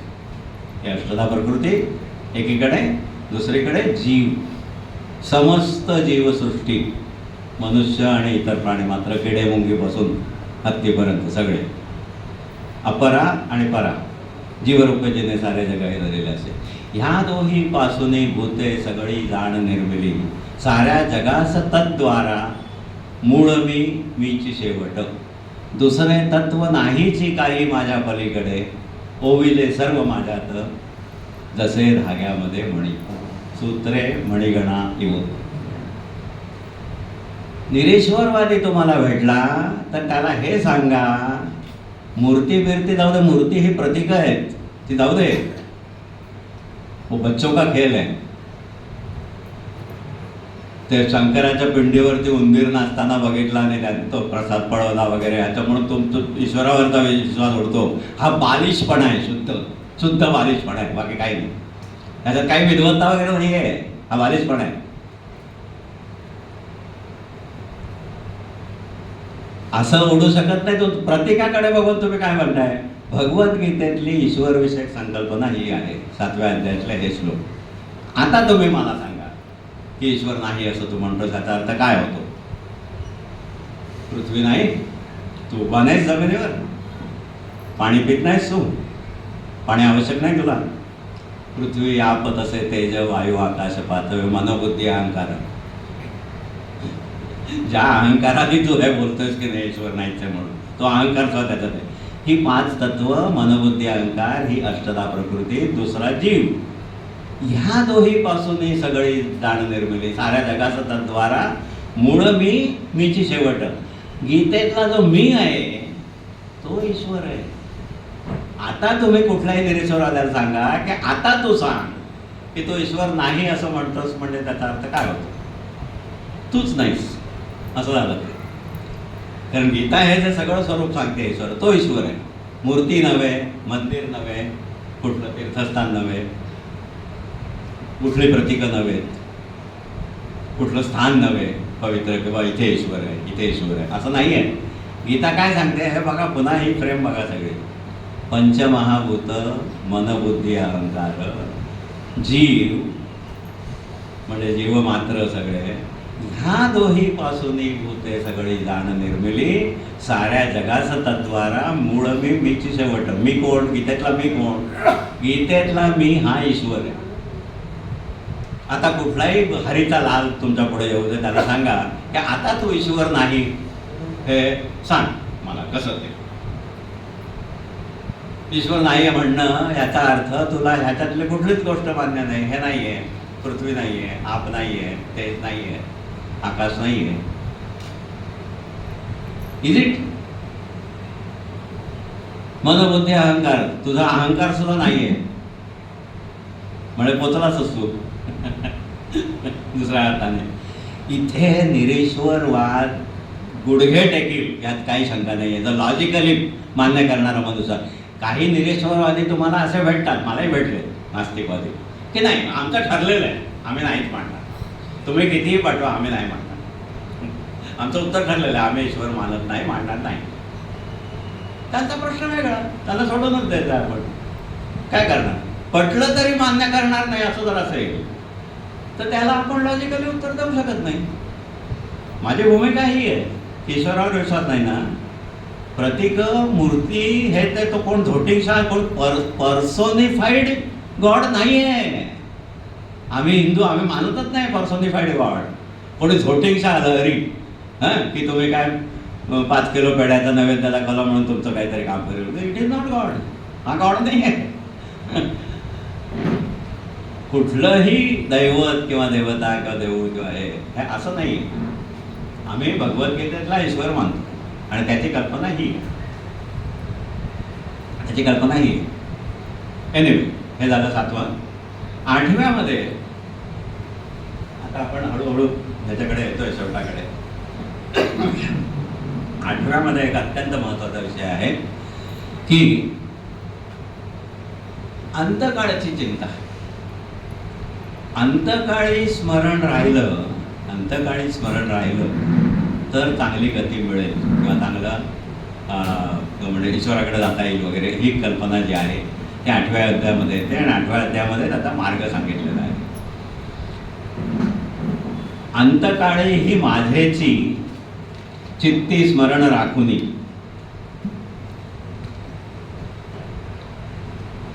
अंतकाळी ही माझेची चित्ती स्मरण राखुनी, देह सोडून गेला तो मिळे मज न संशय. जो जो आठवणी भाव शेवटी देह सोडितो, मिळे त्या त्याची भावास सदा त्याची रंगला. म्हणून सगळा काळ मज आठव झुंज तू, मनबुद्धी समर्पुनी मज निशंक पावसी. अंतकाळ कसा साधेल ही बऱ्याच वृद्धांना किंवा ज्येष्ठांना चिंता असू शकते. की असं सगळं सांगतात संत वगैरे, अंतकाळी त्याचं स्मरण झालं तर आपण त्याला भेटणार, अदरवाईज काय खरं नाही. तर अंतकाळी स्मरण राहील की नाही हा मोठा प्रश्न. तर गीता त्याचं उत्तर, स्पष्ट उत्तर त्याचं असं आहे, विनोबांचं पण आहे, मी मागे सांगितलं आहे माझ्या भाषणांमध्ये. विनोबांच्या शब्दात विनोबा सांगतात की त्या अजामिळाच्या गोष्टींनी फसू नका. हे विनोबांचे शब्द आहे. अजामिळाची गोष्ट म्हणजे काय आहे की त्याचा मुलगा नारायण, नारायण नाव ठेवलं होतं मुलाचं. तर शेवटी अंतकाळात त्याच्यात मुलाला हाक मारली नारायण नारायण, तर झालं. तर ते शेवटी नारायण म्हणून नाव घेतलं म्हणून तो वैकुंठाला गेला वगैरे. त्या गोष्टीने फसवू नका, हे विनोबांचे शब्द आहे. त्या गोष्टी भोळ्या लोकांसाठी आहेत, त्या खऱ्या नाही. तुम्हाला जर त्यांनी नारायण म्हणताना त्याच्या डोक्यात जर मुलगाच असेल स्वतःचा, तर तो ईश्वर नाही आहे. ईश्वर असा फसणारा नाही आहे, तो बरोबर आहे, तो तुमचा बाप आहे. तर अंत्यकाळी जर त्याचं स्मरण टिकायचं असेल तर आधी बराच काळ तुम्हाला त्याच्यात घालवायला लागेल. जो जो आठवणी भाव शेवटी देह सोडितो, मिळे त्याची भाव असं सदा त्यातची रंगला. तो भाव तयार करत न्यायला लागेल, तेव्हा तो अंत्यकाळी टिकेल. नाही तरी सोपी युक्ती आहे हो. मुलाचं नाव काहीतरी देवाचं ठेवा आणि शेवटी त्याला हाक मारली म्हणजे देवाचं नाव घेतलं म्हणजे तो गेलाच स्वर्गाला किंवा वैकुंठाला. इतकं सोपं नाही आहे तिथे. असो, त्यामुळे अंत्यकाळ साधण्याची युक्ती ही 8व्या अध्यायामध्ये आहे.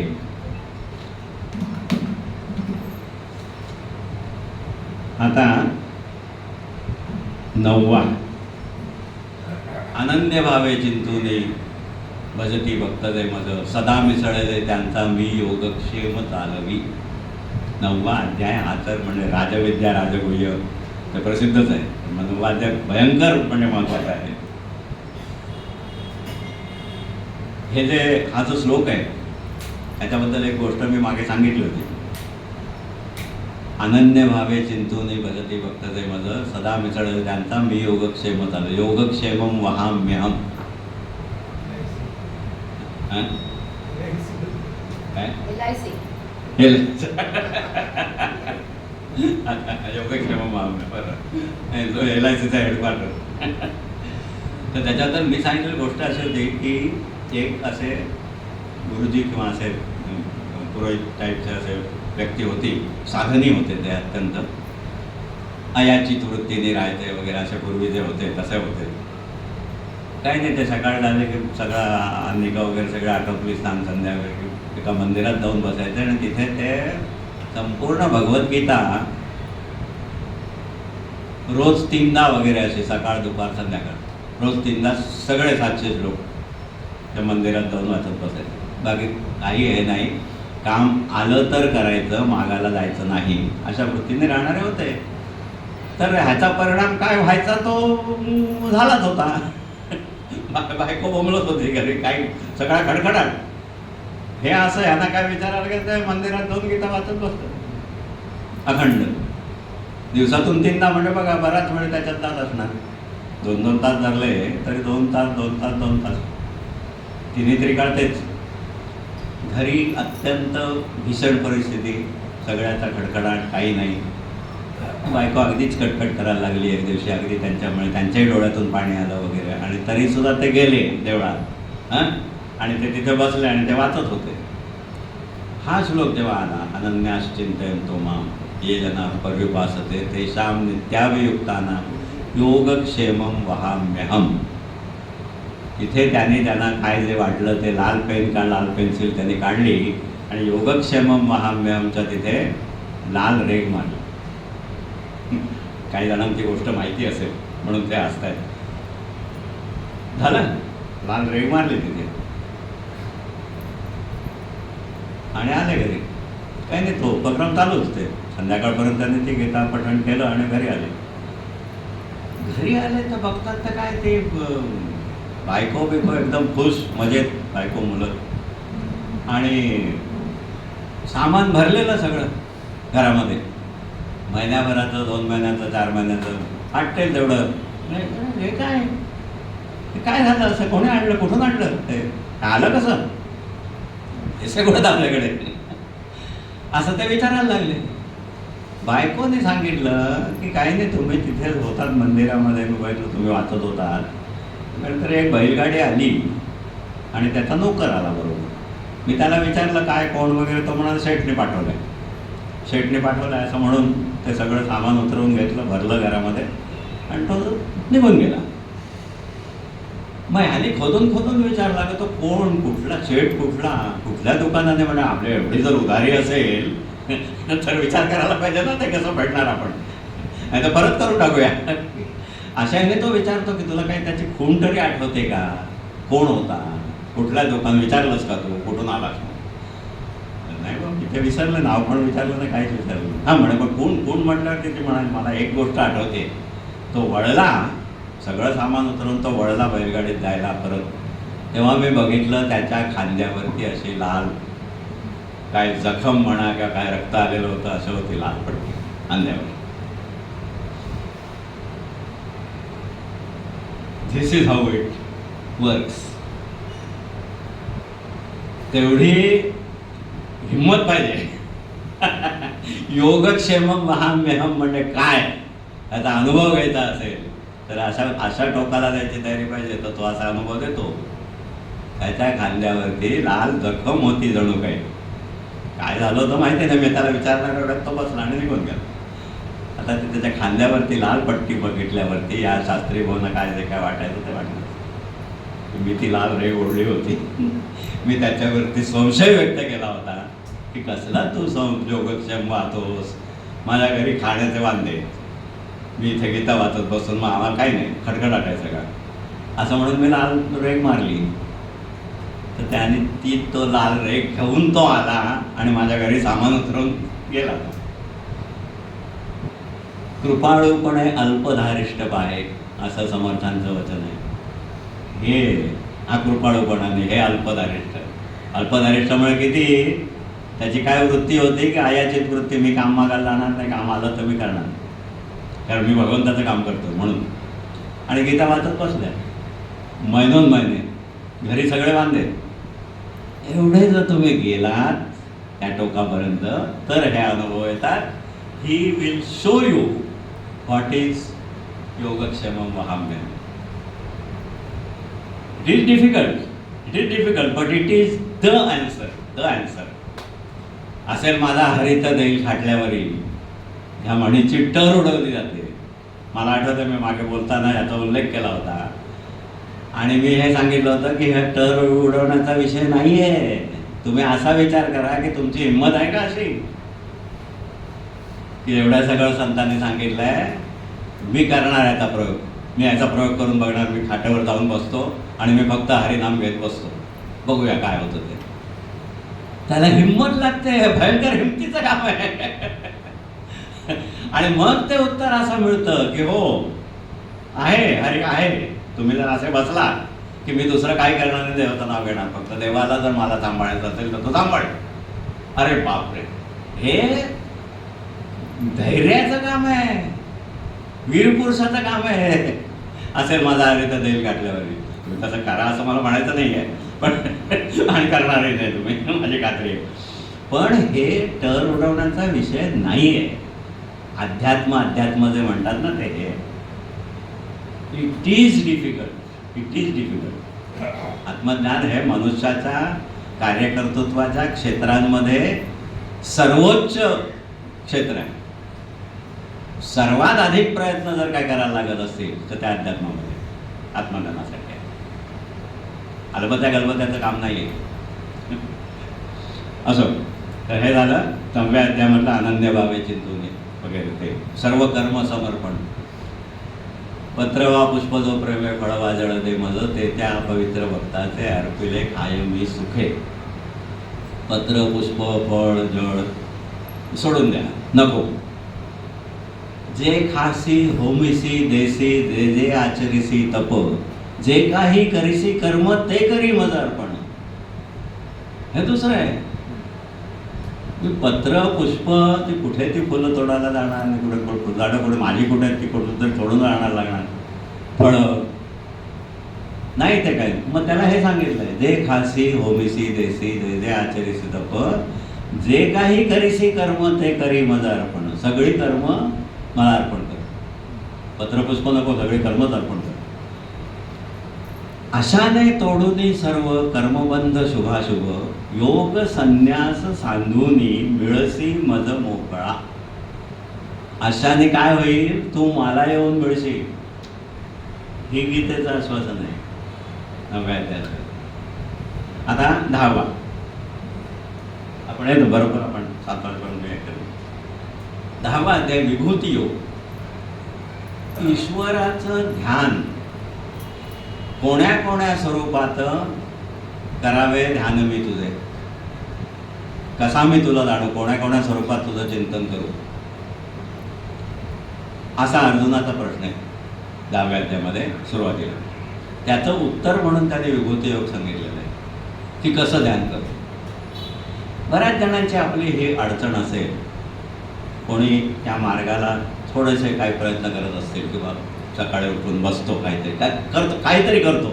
मी काय करतो मला धड अजून माहिती पण नाही आहे, पण मी करतो काहीतरी. एवढं सगळं ऐकलं आहे, एवढ्या संतांनी सांगितलं आहे, तर मी पहाटे उठून आपलं बसतो.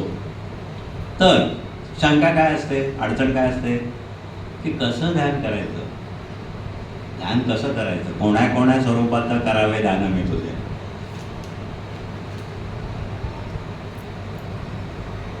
तर गीतेतल्या विभूती योगात आहे. त्या विभूती सगळ्या सांगितलेल्याच आहेत. ते तुम्ही मी स्थिरात हिमालय, पर्वतांमध्ये मी हिमालय, नदी गंगा नद्या तुम्ही वगैरे वगैरे, पक्ष्यांमध्ये गरुड आहे, प्राण्यांमध्ये सिंह आहे वगैरे, अशा सगळ्या विभूती सांगितलेल्या आहेत. पण सर्वात महत्त्वाचं जर गोष्ट असेल तर ही विभूती योग सांगताना, बरे मी तुला माझ्या मुख्य विभूती, माझ्या विभूतींचं विभूती विस्ताराला अंत नाही, पण मी तुला मुख्य सांगतो असं म्हणून दुसऱ्या श्लोकामध्ये, त्या विभूतीच्या पार्टमध्ये दुसऱ्या श्लोकामध्ये विभूती सांगायला जी सुरुवात केली त्याच्यामध्ये पहिली गोष्ट ही आहे की राहतो आत्मरूपाने सर्वांच्या हृदयात मी, भूतमात्रास मी मूळ, मध्यमी मीची शेवट. बापरे, राहतो आत्मरूपाने सर्वांच्या हृदयात मी. प्रातस्मरामी हृदय संस्फुरण आत्मतत्व. गिरीश्वरवादन सुद्धा हे ऐकवण्यासारखं आहे की तू डोळे मिटून स्वस्थ बसलास तर तुझ्या आतमध्ये मी म्हणून काही स्फुरण मी आहे की नाही. आता त्यांनी जर ठरवलेलं असलं की तुमच्या सगळ्या प्रश्नांना नाहीच उत्तर द्यायचे तर तो नाही म्हणेल, पण तो वेडा आहे. म्हणजे ज्याच्या हृदयामध्ये मीचं स्फुरणच नाही, ज्याला मीची जाणीवच नाही आहे, तो जवळजवळ म्हणजे ठार वेडाच आहे तो. कारण त्याला काहीच भान नाही. मग मी म्हणून कोणी नाहीच जर माझ्या हृदयामध्ये, तर मी कसा राहणार, वागणार नॉर्मली माणूस म्हणून. मी माणूस आहे हे कधी येतं तर मुळात मी असला तर. आतमध्ये जर मीचं स्फुरणच नसेल. वादासाठी माहिती पटवर्धन वाद घालायला आले ते मला ईश्वराचं अस्तित्व पटवणार आहे, मी त्याला नाहीच म्हणणार म्हणून तो नाही म्हणतोय. अदरवाईज हे संभवतच नाही. त्याला होच उत्तर द्यायला पाहिजे की हो मी डोळे मिटून स्वस्थ बसलो तर माझ्या हृदयामध्ये मीचं स्फुरण म्हणा किंवा जाणीव म्हणा आहे, 100% आहे. गीता विभूती योगामध्ये पहिली विभूती भगवंत हे सांगतो की सर्वांच्या हृदयामध्ये आत्मरूपाने राहणारा मी, ही माझी पहिली विभूती आहे. आणि त्या रूपाने मी भूतमात्रास मी मूळ, मध्यमे मीची शेवट, मीच आहे. ही विभूती. ध्यान कसं करायचं? तुमच्या डोक्यात जर तुमचं स्वतःचं रूप जरी येत असेल तरी it is okay, it is okay, it is absolutely okay, it is not only okay, it is perfectly all right की मी ही ईश्वराची विभूती आहे. आणि हे सर्वांना लागू आहे. कोणीही असा, तुम्ही कोणीही असा, कितीही पापी असा.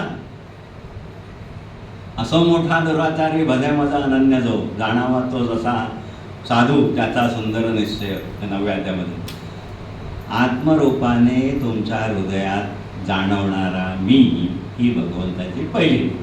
अर्जुनाचा प्रश्न मी कुठल्या स्वरूपात तुझं ध्यान करावं, त्याला उत्तर म्हणून विभूती सांगताना पहिली विभूती ही सांगितली.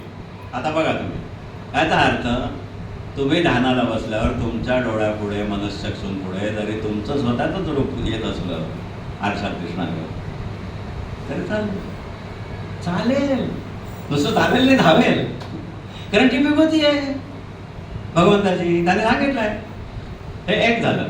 दुसरं, अगदी शेवटी त्याचा शेवट महत्त्वाचा आहे त्याचा, की सगळ्या सांगून झाल्या. सृष्टीचे मी असे मूळ, मुख मी, ओघतो ही मी, सगळं मीच आहे. शेवटचे श्लोक असे आहेत त्याचं महत्त्वाचे, ध्यानाच्या दृष्टीने जो आपला चाललाय विषय, की एक त्याच्यातलं ज्या चांगल्या उत्तमोत्तम गोष्टी आपल्याला दिसतात की ज्याच्यामुळे आपल्याला एखाद वेळे द्वेष मत्सर वाटू शकतो. अडाणी अंबानी घ्या, अरे आणि ते कुठे आहे, मी कुठे आहे? असं जर कोणाला वाटत असेल तर त्याच्यावर हा श्लोक आहे 10व्या अध्यायातला विभूती योगातला. विभूतीयुक्त जी वस्तू लक्ष्मीवंत उदात्तवा, माझ्याची किरणातून निघाली जाणतू असे, जाणती असे. जे जे तुला भव्य दिव्य उदात्त लक्ष्मीवंत असं दिसेल की हा ग्रेट. विभूती म्हणजे काय? अत्यंत उत्तम वस्तू, विशेष रूपाने प्रगटणारी, विशेष तेजाने तळपणारी म्हणजे विभूती. तो काय म्हणतो? पर्वतांमध्ये हिमालय, नद्यांमध्ये गंगा नदी, अमुक तमुक सर्व. ह्याच तऱ्हेने ते तुम्हाला वैभव दिसतंय, लक्ष्मीवंत उदात्तवा, माझ्याची किरणातून निघाली जाणती असे. द्वेष करायचा प्रश्नच नाही की इथे जर चांगलं काही दिसत आहे की अरे ह्याचं अमुक तमुक आहे काय, जर तुम्ही वाटेल तेवढी यादी टाका त्याच्यामध्ये. मर्सिडीज आहेत, ऑडी आहेत, आणखी काय सगळ्या 10 गाड्या आहेत खाली. आता मोदींनी सांगितलं एवढा ताफा वापरू नका, आमची गोष्ट वेगळी. पण आहेत, बरंच आहे. मरीन लाईन्सला माझी नेहमीची आवडती गोष्ट सांगायची. वेस्ट फेसिंग मरीन ड्राईव्हवरती फ्लॅट, पूर्ण फ्लॅट वेस्ट फेसिंग, समुद्राचं दृश्य आणि पंढरपूर असं जर दिसत असेल तर हे जाणा की हे त्याच्यातून आलेलं आहे, त्याच्या कृपेचं फळ आहे. माझ्याची किरणातून निघाली जाणती असे. असं मी त्याचं जास्त हे करत नाही. पुढचा शेवटचा श्लोक सर्वात महत्त्वाचा आहे.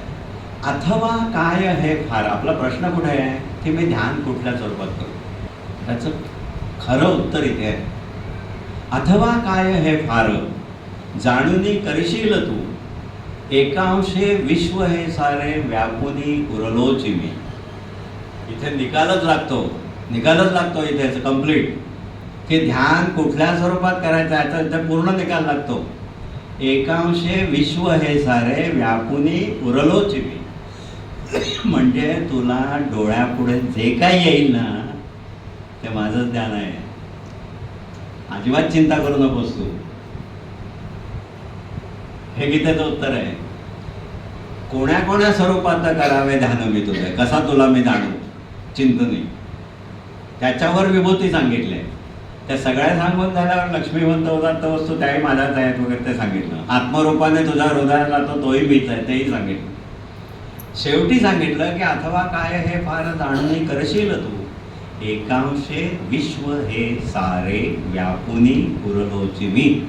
त्याच्यामध्ये मला सांगा की कुठली गोष्ट अशी तुम्ही विचार करू शकता की जी त्याच्यात नाही. तो स्वतः हे सांगतोय, तो स्वतः काय सांगतोय की एकांशे विश्व हे सारे व्यापुनी उरलोची मी. म्हणजे तुमच्या डोळ्यापुढे ईश्वराचं दान करायला तुम्ही बसलाय आणि काही येत आहे भलतंच, काही वाटेल ते, झोपडपट्टी येते म्हणा, गटारं येतात म्हणा, काही म्हणा, त्याचं उत्तर येत आहे की हो ते पण मीच आहे. हे सगळं विश्व व्यापून, एकांशाने व्यापून मी उरलोय, त्याच्यामुळे उरलोय. फॅन्टॅस्टिक. म्हणजे you need not worry what you see in your meditation. तुम्ही ज्याचं कशाचं ध्यान कराल तो तोच आहे. वंडरफुल, हे सिम्पली वंडरफुल आहे. आणि हे गीतेचं उत्तर आहे, माझं नाही. म्हणजे तुमच्या डोळ्यापुढे काहीही कुठल्याही स्वरूपात आला तर तुम्ही मनात हे ठेवा की हा तो आहे, हा तो आहे, हा तो आहे. मग ध्यान साधतं की नाही हा प्रश्नाचा निकालच लागला पुढे साफ पूर्णपणे. इथे काय तुमच्या डोळ्यापुढे येईल त्याला हा श्लोक लावा तुम्ही. एकांशे विश्व हे सारे व्यापून उरलोच मी. झोपडपट्टी आहे, खराब दिसते ती, घाण आहे सगळी तिथे, पण नाही. एकांशे विश्व हे सारे व्यापुनी उरलोच मी. त्याच्यात झोपडपट्टी आलीच ना, नाल्या आलेच ना त्याच्यामध्ये.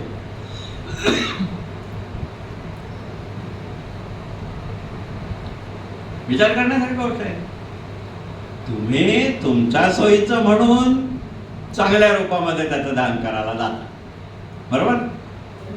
विष्णू असेल, चतुर्भुज असेल, शंकर असेल, राम असेल, एक प्रतिमा ठेवता समोर, मंदिर ठेवता, दैवत ठेवता, तुमचा गुरु असेल, ती तुमच्या सोयीचा प्रश्न झाला. पण गीतेच्या दृष्टीने, विभूती योगाच्या दृष्टीने तो असं सांगून राहिला आहे की हे सगळं मीच आहे. त्यामुळे ध्यान जमतं की नाही त्या प्रश्नाचा त्याने पूर्णपणे निकाल लावला. पहिली गोष्ट, आत्मरूपाने माझ्या हृदयात तो आहे. पण मी माझ्या स्वरूपात जरी त्याचं दान केलं तर ते 100% करेक्ट आहे. आणि ते काहीच जमत नसेल, काहीतरी भलत्याच गोष्टी येतात डोळ्यापुढे, तर don't worry, it is him only. It is him only, H capital. It is God only. कारण गीतेतला ईश्वर हे सांगतोय की तो हे विश्व व्यापून राहिलेला आहे. This is the beauty of Bhagavad Gita. आता कुठपर्यंत झालं आपण? 10व्या विभूती योगाप्रमाणे ईश्वर चिंतन. आता 12व्या अध्यायाकडे मिळतोय. तिचे 12वा अध्याय म्हणजे मुख्य ते 13 ते 20 श्लोक, 8 श्लोकांमध्ये भक्त लक्षणं. ते भक्त लक्षणं अभ्यासावीत, त्याचा अभ्यास करावा. त्यातली जी आपल्याला जमतील भक्त लक्षणं बरीच आहेत, काहीतरी 39 वगैरे असे आहेत की त्याच्यातली आपल्याला जी त्यातल्या त्या सोयीची वाटतील त्याचा अभ्यास करावा. ही युक्ती आहे की एकदम ते शत्रू मित्र वगैरे सगळे समान, समबुद्धी वगैरे वगैरे, नेणे व्यथा उदासीन, दक्ष निर्मळ निस्पृह वगैरे, नेणे व्यथा गतव्यथा, उदासीनो गतव्यथा वगैरे वगैरे, ते आपल्याला जमेल असं नाही. तर मी आता कुठे येतोय की भक्ती, मुळात भक्तीचं जे आहे त्याचे त्याने 4 मार्ग सांगितले आहेत.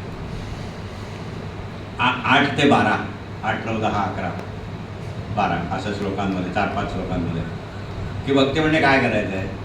तर तू आधी हे कर, हेही जमण्यासारखं नसेल, हे कठीण वाटत असेल तर हे कर, हेही शक्य नसेल तर हे कर, आणि तेही शक्य नसेल तर मग तरी सर्वची कर्मांचे प्रयत्ने फळ सोडत, प्रयत्ने लाभते ज्ञान पुढे तन्मयता घडे, मग पूर्ण फलत्याग शीघ्र जो शांती देत असे.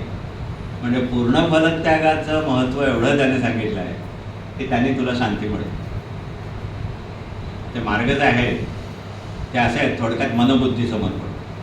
मनबुद्धी समर्पण करणं हे जर शक्य नसेल तर अमुक, नाहीतर अमुक, नाहीतर अमुक. तरी अभ्यासयोगाने इच्छुनी मद मिळावी. अभ्यासयोग म्हणजे गीतेतला 6व्या अध्यायातला अभ्यासयोग. अभ्यासयोग सुद्धा शक्य नसेल तर मत्कर्म. मत्कर्म म्हणजे प्रत्यक्ष ईश्वराची सेवा, मंदिराची किंवा त्या याची, तुमच्या सद्गुरूची किंवा मूर्तीची, हे मत्कर्म. का त्याच्या ग्रंथांचं वाचन, सतत शास्त्री जे गीता वाचत बसले होते तसं सद्ग्रंथांचं वाचन, भक्तिविषयक ग्रंथांचं वाचन, हे मत्कर्म. मत्कर्म सुद्धा नसेल साध्य तर फलत्याग. तरी सर्वची कर्मांचे प्रयत्ने फळ सोड तू, प्रयत्ने लाभते ज्ञान पुढे तन्मयता घडे, मग पूर्ण फलत्याग शीघ्र जो शांती देत असते. म्हणजे गीता थोडक्यात तुम्हाला असं सांगते की तुम्हाला जर सर्व कर्मांचं फल सोडण्याची युक्ती, पूर्ण फलत्याग जर साधला तर तुम्हाला शांती मिळेल. शांती म्हणजे गीतेची शांती म्हणजे ती वेगळीच आहे. आम्ही समजतो तशी शांती नाही, ती पराशांती किंवा शाश्वत शांती अशी आहे ती. असं मनबुद्धीचं मी थोडक्यात मागे सांगितलं होतं की मन हे आवड नावड. मन काय ठरवतं की मला हे आवडतं, मला निळा रंग आवडतो, एखाद्याला पिवळा आवडतो, मला पिवळा रंग आवडत नाही किंवा मला काळा रंग आवडत नाही. ह्याचा हे काम मन करतं, आवड नावड. बुद्धी निवड करते, न्याय करते, निर्णय करते. आवड नावड ठीक आहे तुझी, पण हे जे आहे ना हे मुळात चूकच आहे, हे बरोबरच नाही आहे, ह्याचा हे टाकायलाच पाहिजे. हा निवाडा बुद्धी करते. आता मनबुद्धी दोन्ही समर्पण करणं म्हणजे काय, तर माझ्या आवड नावडही मी बाजूला ठेवीन, भगवंताच्या इच्छेने जे माझ्या वाट्याला येईल तेच मला आवडेल. आणि बुद्धी नाही, मी हा जो निर्णय करतो ना की हे बरोबर किंवा हे चूक, हे पण मी बाजूला ठेवीन, हे पण ईश्वराच्या इच्छेनेच जे काय व्हायचं ते होईल, मी त्याच्यात काही ढवळाढवळ करणार नाही. ह्याचा अर्थ मनबुद्धी समर्पण. मनबुद्धी समर्पणाच्या श्लोकामध्ये त्या दुसरी ओळ अशी टाकली आहे मनबुद्धी समर्पुनी मज निशंक पावसी. मीची होशील तू सोय. मनबुद्धी समर्पुनी मीची होशील तू सोय, म्हणजे तू माझ्यासारखा होशील हे त्याचं फळ आहे. म्हणजे आता तुम्ही बघा की मनबुद्धी समर्पण करणं केवढं कठीण आहे. इथं मूळ श्लोकच तुम्हाला गीतेमधलं सांगतो. कारण ते असे त्याच्या मताने कठीणाकडून सोप्याकडे, याच्यापेक्षा हे सोपं, याच्यापेक्षा हे सोपं असं सांगितलंय. जाईल जड माझ्यात चित्तास कर, मन माझ्यात तू ठेव, बुद्धी माझ्यात राख तू, म्हणजे मग निशंक मीची होशील तू स्वये. जाईल जड माझ्यात चित्तास करण्यास स्थिर, तरी अभ्यास योगाने इच्छून मज मिळवी. अभ्यासही नव्हे साध्य, तरी मत्कर्म आचरी, मिळेल तुझं ती सिद्धी, मत्कर्मही करून या. न घडे हे असे कर्म योग माझ्यात साधुनी, तरी सर्वची कर्मांचे प्रयत्न फळ सोडतो. प्रयत्न लाभते ज्ञान, पुढे तन्मयता घडे, मग पूर्ण फलत्याग शीघ्र जो शांती देत असे. हा त्यांनी भक्तीचा मार्ग सांगितला. आता ह्याच्यातलं आपल्याला काय जमेल, कुठलं जमेल ते आपण बघायचं. सर्व संतांनी हेच सांगितलेलं आहे, त्या गीतेत सांगितलं. विभूती रूपाने ईश्वर चिंतन झालं. भक्तीचे अधिकाधिक सुलभ मार्ग, अध्याय 12 श्लोक 8 ते 12 तेच मी वाचून दाखवले तुम्हाला.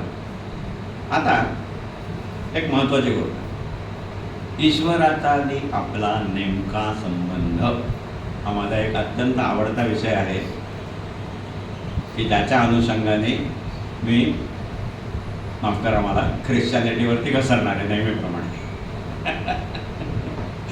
पहिल्यांदाच सांगून टाकतो. Son of God, son of God म्हणे Jesus Christ is the son of God. म्हणजे त्यांच्याकडे अख्ख्या संबंध ख्रिश्चन विश्वामध्ये आज 1/3 पॉप्युलेशन जगाची ख्रिश्चन आहे. पण son of God is only one, namely Jesus Christ. This is the position, this is the position. त्यांची एक्सेप्टेड पोझिशन, चर्चची पोझिशन ही आहे. Son of God is only one. विवेकानंदाने अमेरिकेतल्या त्यांच्या भाषणामध्ये गर्जना करून सांगितलं आहे की तुम्ही सगळे, आपण सर्व, आपण काय मानतो, हिंदू, आपला हिंदू धर्म काय मानतो, आपण सगळे ईश्वराची लेकरं आहोत. आणि त्याचं मूळ मी तुम्हाला सांगतोय कुठे येते. त्याचं मूळ भगवद्गीतेत आहे. 14वा अध्याय श्लोक 3 आणि 4.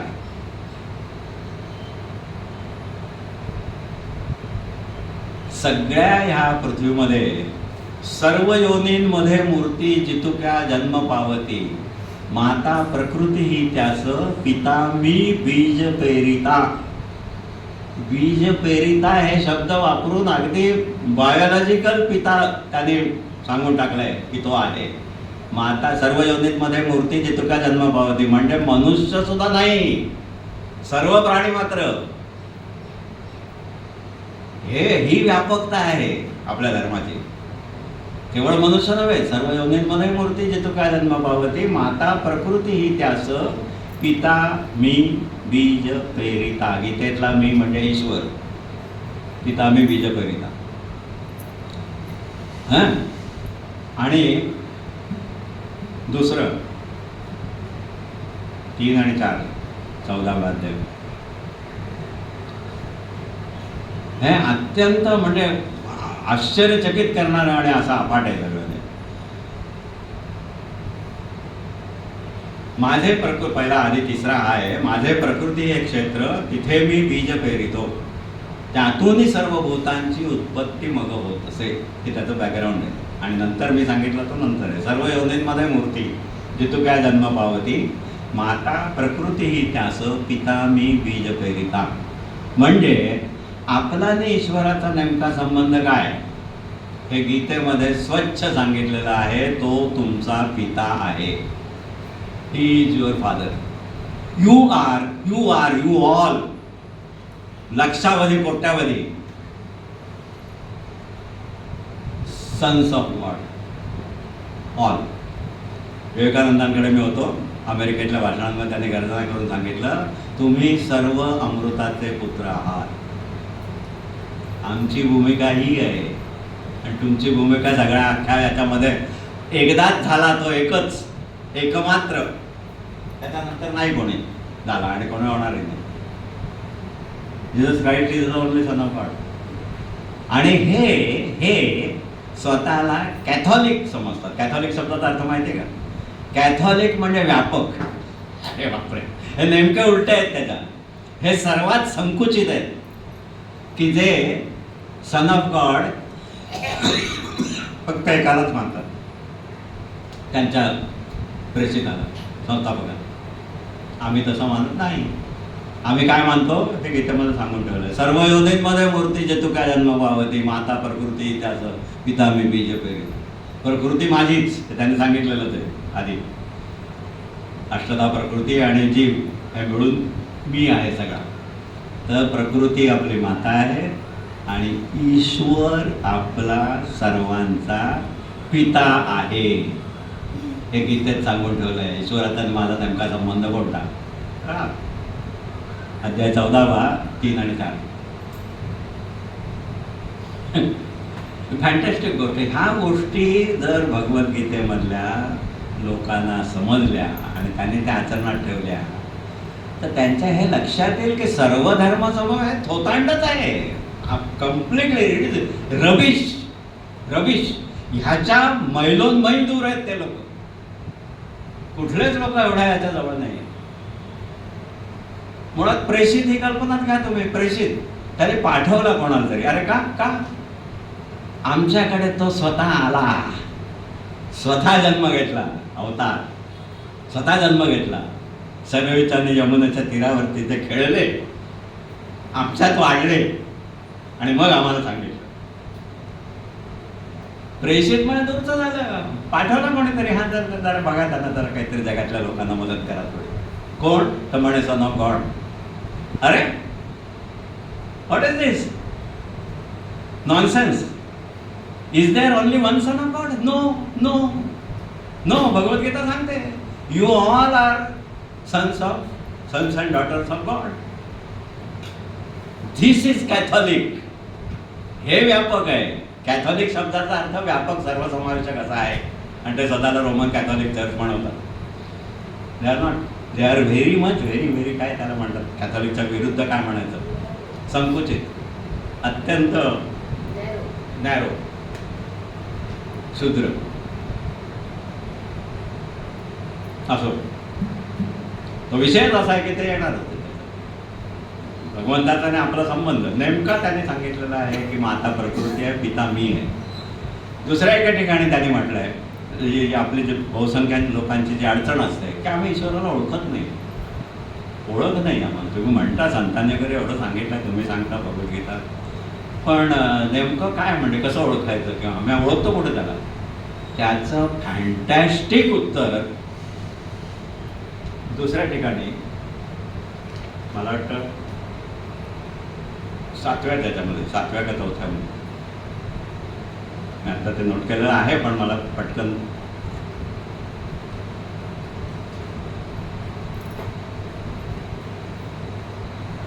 झाली जी ही होतील भूते आहे तर आज जी सगळी जाणत होती मी मज कोणी न जाणत. ही त्याची खंत आहे. त्यांनी 5000 वर्षापूर्वी हे सांगून ठेवलं, म्हणून त्याची रचना श्लोकाची व्यासाने अशी केलेली आहे. झाली जी ही होतील भूते आहेत आज जी. त्याच्यामध्ये जी ही होतील मध्ये आपण आलो. झाली जी ही होतील भविष्यात, भूते आहेत आज जी, म्हणजे गीता सांगताना जी होती ती. सगळी जाणत होती मी मज कोणी न जाणती. तुम्ही त्याला जाणत नाही, ओळखत नाही असं म्हणता. तो भगवद्गीतेमध्ये 5000 वर्षापूर्वी असं सांगून राहिलाय की तो तुम्हाला ओळखतो, जाणतो. Fantastic, how wonderful it is. You can imagine की तुम्हाला दैवयोगाने एक असा मोठा काहीतरी हे मिळालं, सोर्स मिळाला, अडाणी अंबानीसारखा मनुष्य समजण्याच्या सोयीसाठी मी उदाहरणं घेतोय. हां, की काय आहे की असं काहीतरी तुम्हाला नॉलेज मिळालं की तुम्ही जरी त्याला धड ओळखत नसला तरी त्याला तुमची माहिती आहे सगळी, तो तुम्हाला ओळखतो. तुम्ही त्याचा पत्ता काढून त्याच्याकडे गेला की मी आमको. तर ते सांगायची तुम्हाला गरजच नाही, तो तुम्हाला ओळखतोय. तर हाऊ वंडरफुल इट इज. आणि हा सगळ्या जगाचा पिता सांगून राहिलाय, विश्वचालक, की झाली जी ही होतील उद्या आहेत आजची. त्याच्यामध्ये जी ही होतील मध्ये 2026 मधलं आपण आलो, तेव्हा जी ही होतील 5,000 वर्षानंतर जो होणार आहे, कोण श्रीकांत पटवर्धन नाव होता, त्याला मी ओळखतो, मी जाणतो त्याला. म्हणजे तुमचा वशिला साक्षात विश्वचालकाकडे आहे. तो सांगून राहिलाय की तो तुम्हाला जाणतो, तुम्ही त्याला जाणत नाही. तुम्ही फक्त जाऊन एवढंच म्हणायचंय की सॉरी हा, मी तुम्ही मला जाणता खरे, पण मी आलो नाही तुमच्याकडे कारण मी तुम्हाला जाणत नव्हतो. तुम्ही भगवद्गीतेत सांगून ठेवलंय की तुम्ही मला जाणता म्हणून. झालं, तुमचं कामच झालं ना. एवढा मोठा वशिला म्हणायला तर तुमचं काय कुठलं काम शिल्लक राहणार आहे? असं हे आहे. अद्भुत आहे, अद्भुत. गीतेमधली आश्वासनं, मी मध्ये एक लेख लिहिला होता, गीतेची आश्वासकता, त्या विषयावर. आश्वासकता प्रत्येक अध्यायात, प्रत्येक श्लोकात आश्वासकता दिसते. की तुम्हाला जर असं वाटत असेल, मी त्याच्यात असं मांडलं होतं की अर्जुन किती झालं तरी ते आत्ते मामे भाऊ होते. अर्जुनाचा वशिला दांडगा होता. कुंती ही त्याची बुवा होती कृष्णाची. अर्जुन त्याचा आत्या भाऊ होता आणि हा त्याचा मामे भाऊ होता. तर आम्ही कोण, आमची काय गंमत, आम्हाला कोणीच ओळखत नाही, आम्ही असे टीम पाठ कोणीतरी. तर नाही, तो म्हणतोय की ती झाली जी ही होतील उद्या आहेत आज, सगळी जाणत होती, मी माझं कोणी न जाणत. अरे बापरे. मग तो स्वतः असं म्हणतो की तो ओळखतो तुम्हाला. तुमच्याकडूनच प्रॉब्लेम आहे. तुम्ही स्वतःला एवढे शहाणे समजता की तुम्ही त्याला ओळखतच नाही असं म्हणता कुशाल. पुन्हा नातं कुठलं, आत्ते मामे भाऊ सोडून द्या. अरे तो स्वतः म्हणतो की तो तुमचा बाप आहे, साक्षात पिता मी बीज पेरिता. He is my father. आत्ते मामे भाऊ कशाला घेतात?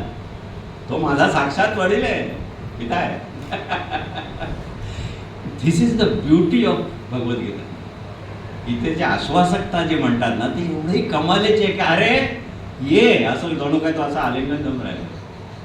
तुम्ही या, 4 पावलं तुम्ही पुढे जा, तो 10 पावलं पुढे येऊन तुम्हाला घट्ट आलिंगन देणार आहे आणि तुम्हाला सोडणार नाही कधी.